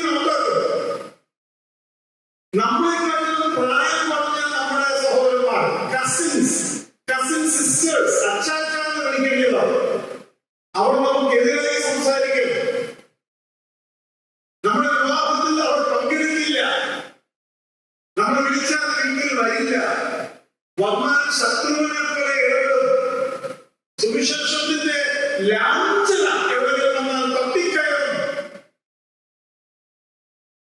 മരണത്തിൽ പോലും ഒച്ചപ്പാടുണ്ടാക്കും. സുവിശേഷനിമിത്തം നിങ്ങളെ എല്ലാവരും വെറുക്കും. എന്നാൽ എല്ലാ ഒരു ദിവസം വിളിച്ചിട്ട് നമ്മളെ സഹായിക്കട്ടെ. പിന്നെ മുമ്പോട്ട് പോകാം. എന്നിട്ടാണ് അതിന്റെ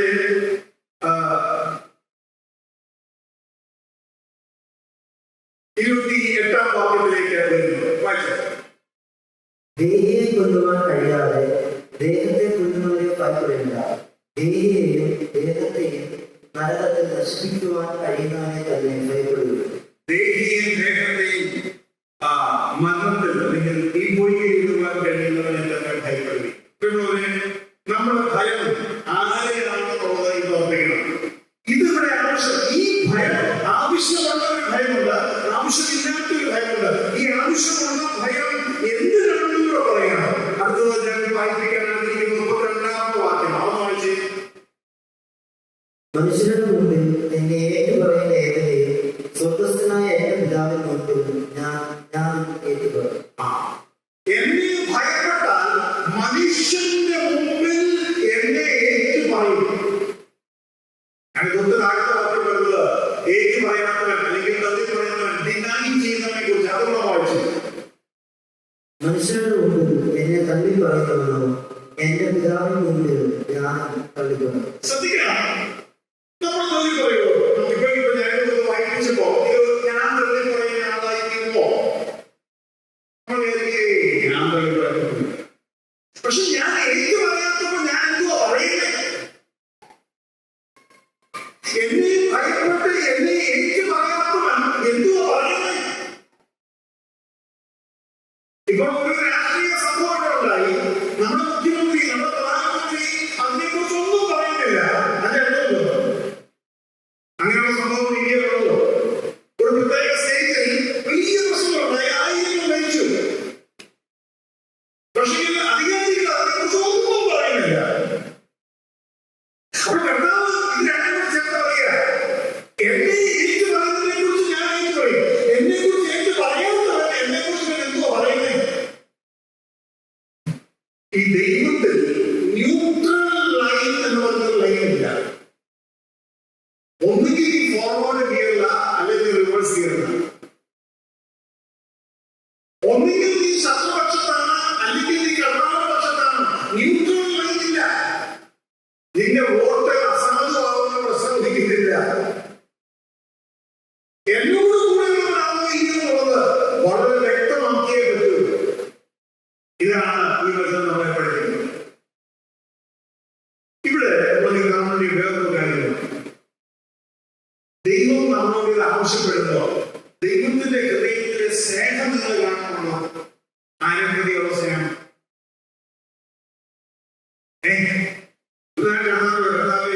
ചെന്നായിയുടെ അടുക്കൽ എന്നെ വിടരുത്. കർത്താവിനോട് പറയാ, നീയും ഒരു നാൾ അല്ലേ ചെന്നായ അന്ന് നിന്റെ അടുക്കൽ എന്റെ ആളുകളെ ഞാൻ വിട്ടു. നമുക്ക് ഇങ്ങനെ പറയാൻ പറ്റുമോ? നീയും ഒരു നാൾ ചെന്നായിരുന്നു, ഇരുട്ടുള്ളതായിരുന്നു, വാർത്തത്തിന് പുറത്തായിരുന്നു. എന്നാൽ നിന്റെ അടുക്കിലേക്ക് ഞാൻ എന്റെ ആളുകളെ വിട്ടു. ഒരു പക്ഷേ എന്നെ കേൾക്കുന്ന പലരും ഇങ്ങനെ വന്ന ആളുകളെ ഉപദ്രവിച്ചിട്ടുള്ളവരായിരിക്കും. ഒരു പക്ഷേ എന്നെ എന്റെ വചനം കേൾക്കുന്ന നിങ്ങളിൽ ചില നിങ്ങളോട് സുവിശേഷം പറഞ്ഞിട്ടുള്ളവരെ ഉപദ്രവിച്ചിട്ടുള്ളവരായിരിക്കും. പക്ഷെ ഇന്ന് നിങ്ങൾ ആടുകളായി തീർന്നിരിക്കുക. ചെന്നായിട്ട് അടുക്കലേക്ക് പോകാൻ നിങ്ങൾക്ക് മടിയുണ്ടോ? ഇനി കർത്താവിന്റെ സ്നേഹം നോക്കിയേ. കർത്താവ് പറയുകയാണ്, എന്റെ ആളാണ് നീ, ഞാൻ വിലയ്ക്ക് മേടിച്ച ആളാണ് നീ, നിന്നോട് ഞാൻ തേങ്ങ അപേക്ഷിക്കുക, നീ ആ ചെന്നായെ എന്റെ ആളാണ്. സ്വന്തം കുഞ്ഞിനെ കുരുതിക്ക് കൊടുത്തിട്ട്, അല്ലെങ്കിൽ സ്വന്തം കുഞ്ഞിനെ യാഗം അർപ്പിച്ച് തന്റേതല്ലാത്ത കുഞ്ഞിനെ തന്റേതാക്കുവാൻ ശ്രമിക്കുന്ന ദൈവസ്നേഹം നിങ്ങൾക്ക് കാണാൻ പറ്റുന്നുണ്ടോ? ഇത് നമ്മുടെ കുടുംബങ്ങളിൽ കാണാൻ പറ്റും. ചില വീട്ടിൽ 4-5 പിള്ളേരുടെ വരിക, അല്ലാതെ ഏറ്റവും ഇളയ പുതിയ പുത്രമാണ്. ശ്രദ്ധിക്കട്ടോ, മിക്ക വീടുകളിലുള്ള സംഭവം 4-5 കുട്ടികളുള്ള വീട്ടിൽ ഏറ്റവും ഇളയ ഒരു ഉഴപ്പനാണ്. ഈ 4 പിള്ളേരെ കംപ്ലൈന്റ് എന്തുകൊണ്ടായിരിക്കും? 4 പിള്ളേരെ കംപ്ലൈന്റ് അപ്പായും മമ്മിയും അവന്റെ ഫുൾ സപ്പോർട്ട് ചെയ്യണം. പപ്പായും മമ്മി അവൻ ചോദിച്ചാൽ കൊടുക്കും, അവനെ ലാഭിക്കും, അവനെ സ്നേഹിക്കും. ഞങ്ങൾ ഈ പറയുന്നതൊക്കെ അനുസരിച്ച് പഠിച്ച് ജോലി ചെയ്ത് വീട്ടിലെ കാര്യം നോക്കുന്നവർക്ക് അവന്റെ ആഗ്രഹം നിർവഹിച്ച് കിട്ടാറില്ല. ആ കംപ്ലൈന്റ് വ്യക്തിയുള്ളോ? ലൂക്കോസ് 15 ആ കംപ്ലൈന്റ് നമുക്ക് കേൾക്കാൻ കഴിയും.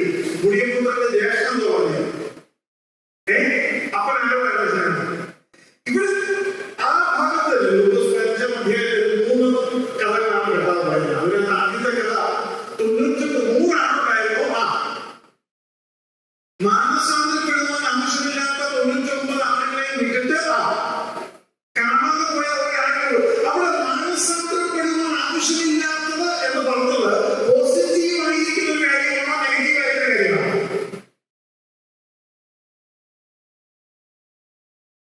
അത് സത്യമാണത്, പോസിറ്റീവ് ആയിരിക്കുന്ന കാര്യമാണ്. എന്ന് വെച്ച് കഴിഞ്ഞാൽ രക്ഷിക്കപ്പെട്ട 99 ആളുകൾ വിട്ട് രക്ഷിക്കപ്പെടാത്ത ഒരാളിന്റെ പുറകെ പോയത് തന്നെയാണ് മനസ്സിലാക്കുന്നത്. എന്ന് വെച്ച് കഴിഞ്ഞാൽ വിടുന്നത് അവരുടെ 99 ഈ ഒന്നിനെ രക്ഷിക്കാൻ കർത്താവ് അല്ലെങ്കിൽ പോകുമ്പോൾ 99 അപകടത്തിൽ വന്നിരിക്കുക. പക്ഷെ കർത്താവ് പറയുകയാണ് 91 പേരുടെ അപകടം ക്രമീകരിച്ചുകൊണ്ട് ആ ഒന്നിനെ രക്ഷിക്കാൻ ഞാൻ ശ്രമിക്കുക. അതിന് ഇവിടെ കർത്താവ് പറഞ്ഞേ, നിങ്ങൾ ചെന്നായ്ക്കളായി പോകണം, ചെന്നായ്ക്കളുടെ ആർക്കും ഒന്നും സംഭവിക്കരുത്. എന്ന് വെച്ച് കഴിഞ്ഞാൽ നിങ്ങളെ യാഗം അർപ്പിച്ചു ഞാൻ അവരെ നേടുവാൻ ആഗ്രഹിക്കുന്നു. എന്താണ് കർത്താവിന്റെ സ്നേഹം?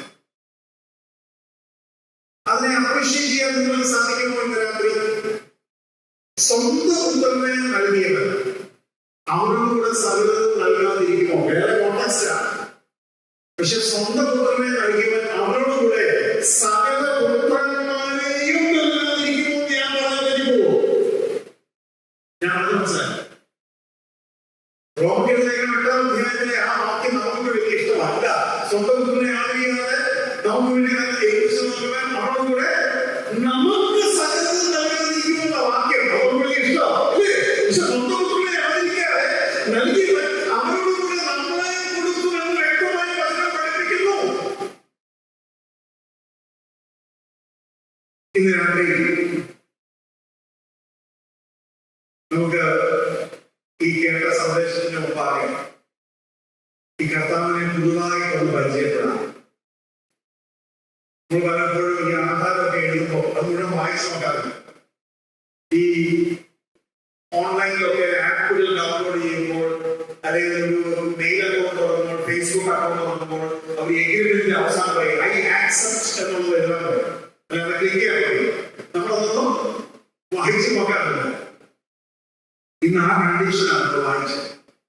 നമ്മുടെ കർത്താവ് വാസ്തവമായ മനുഷ്യരെ സ്നേഹിക്കുന്നതാണ്. അതുകൊണ്ട് താൻ വിലയ്ക്ക് മേടിച്ച, രക്തം കൊടുത്ത് വിലയ്ക്ക് മേടിച്ച നമ്മളോട് പറയുന്നത് ആ ചെന്നായ്ക്കളെ നേടണം എന്നാണ്. ഇന്ന് മുതൽ നിങ്ങൾ ഒരു വിശ്വാസിയെ അവിശ്വാസിയെ കാണുമ്പോൾ എന്തോ ചിന്തിക്കുകയും എന്തോ ചിന്തിക്കുകയും, നിങ്ങളുടെ അയൽപക്കത്തുള്ള, നിങ്ങളുടെ ഡിപ്പാർട്ട്മെന്റിലുള്ള, നിങ്ങളുടെ ബോസ്, നിങ്ങളുടെ ഡിപ്പാർട്ട്മെന്റിൽ വർക്ക് ചെയ്യുന്ന പിയു, നിങ്ങളുടെ ഡിപ്പാർട്ട്മെന്റിലേക്ക് കയറുമ്പോൾ, ഓഫീസിലേക്ക് കയറുമ്പോൾ അവിടെ നിൽക്കുന്ന സെക്യൂരിറ്റി, അവിടെ ഒക്കെയുള്ള കർത്താവ് പറയുന്നത് അവരുടെ അടുക്കിലേക്ക് ചെല്ലണം, സുവിശേഷം പറയണം എന്നാണ് പറയുന്നത്. കർത്താവ് എന്തിനും തയ്യാറാണ്. നമ്മുടെ ഹൃദയം ആ നിലയിൽ ഒരുക്കപ്പെടുവാനാകട്ടെ. കർത്താവ് പറഞ്ഞ ഈ ആവശ്യത്തോട് നാം ചേരണമെങ്കിൽ ഒത്തിരി കൃപ നമുക്ക് ആവശ്യമാണ്. കർത്താവ് പറഞ്ഞ അപകടകരമായിരിക്കുന്ന കാര്യം സ്വന്തം കുഞ്ഞുങ്ങൾ നിങ്ങളെ മരണത്തിൽ ഏൽപ്പിക്കും എന്ന് പറയുന്ന ആ സംഭവം അനുഭവത്തിൽ നാം എത്രയോ പ്രാർത്ഥിക്കണം.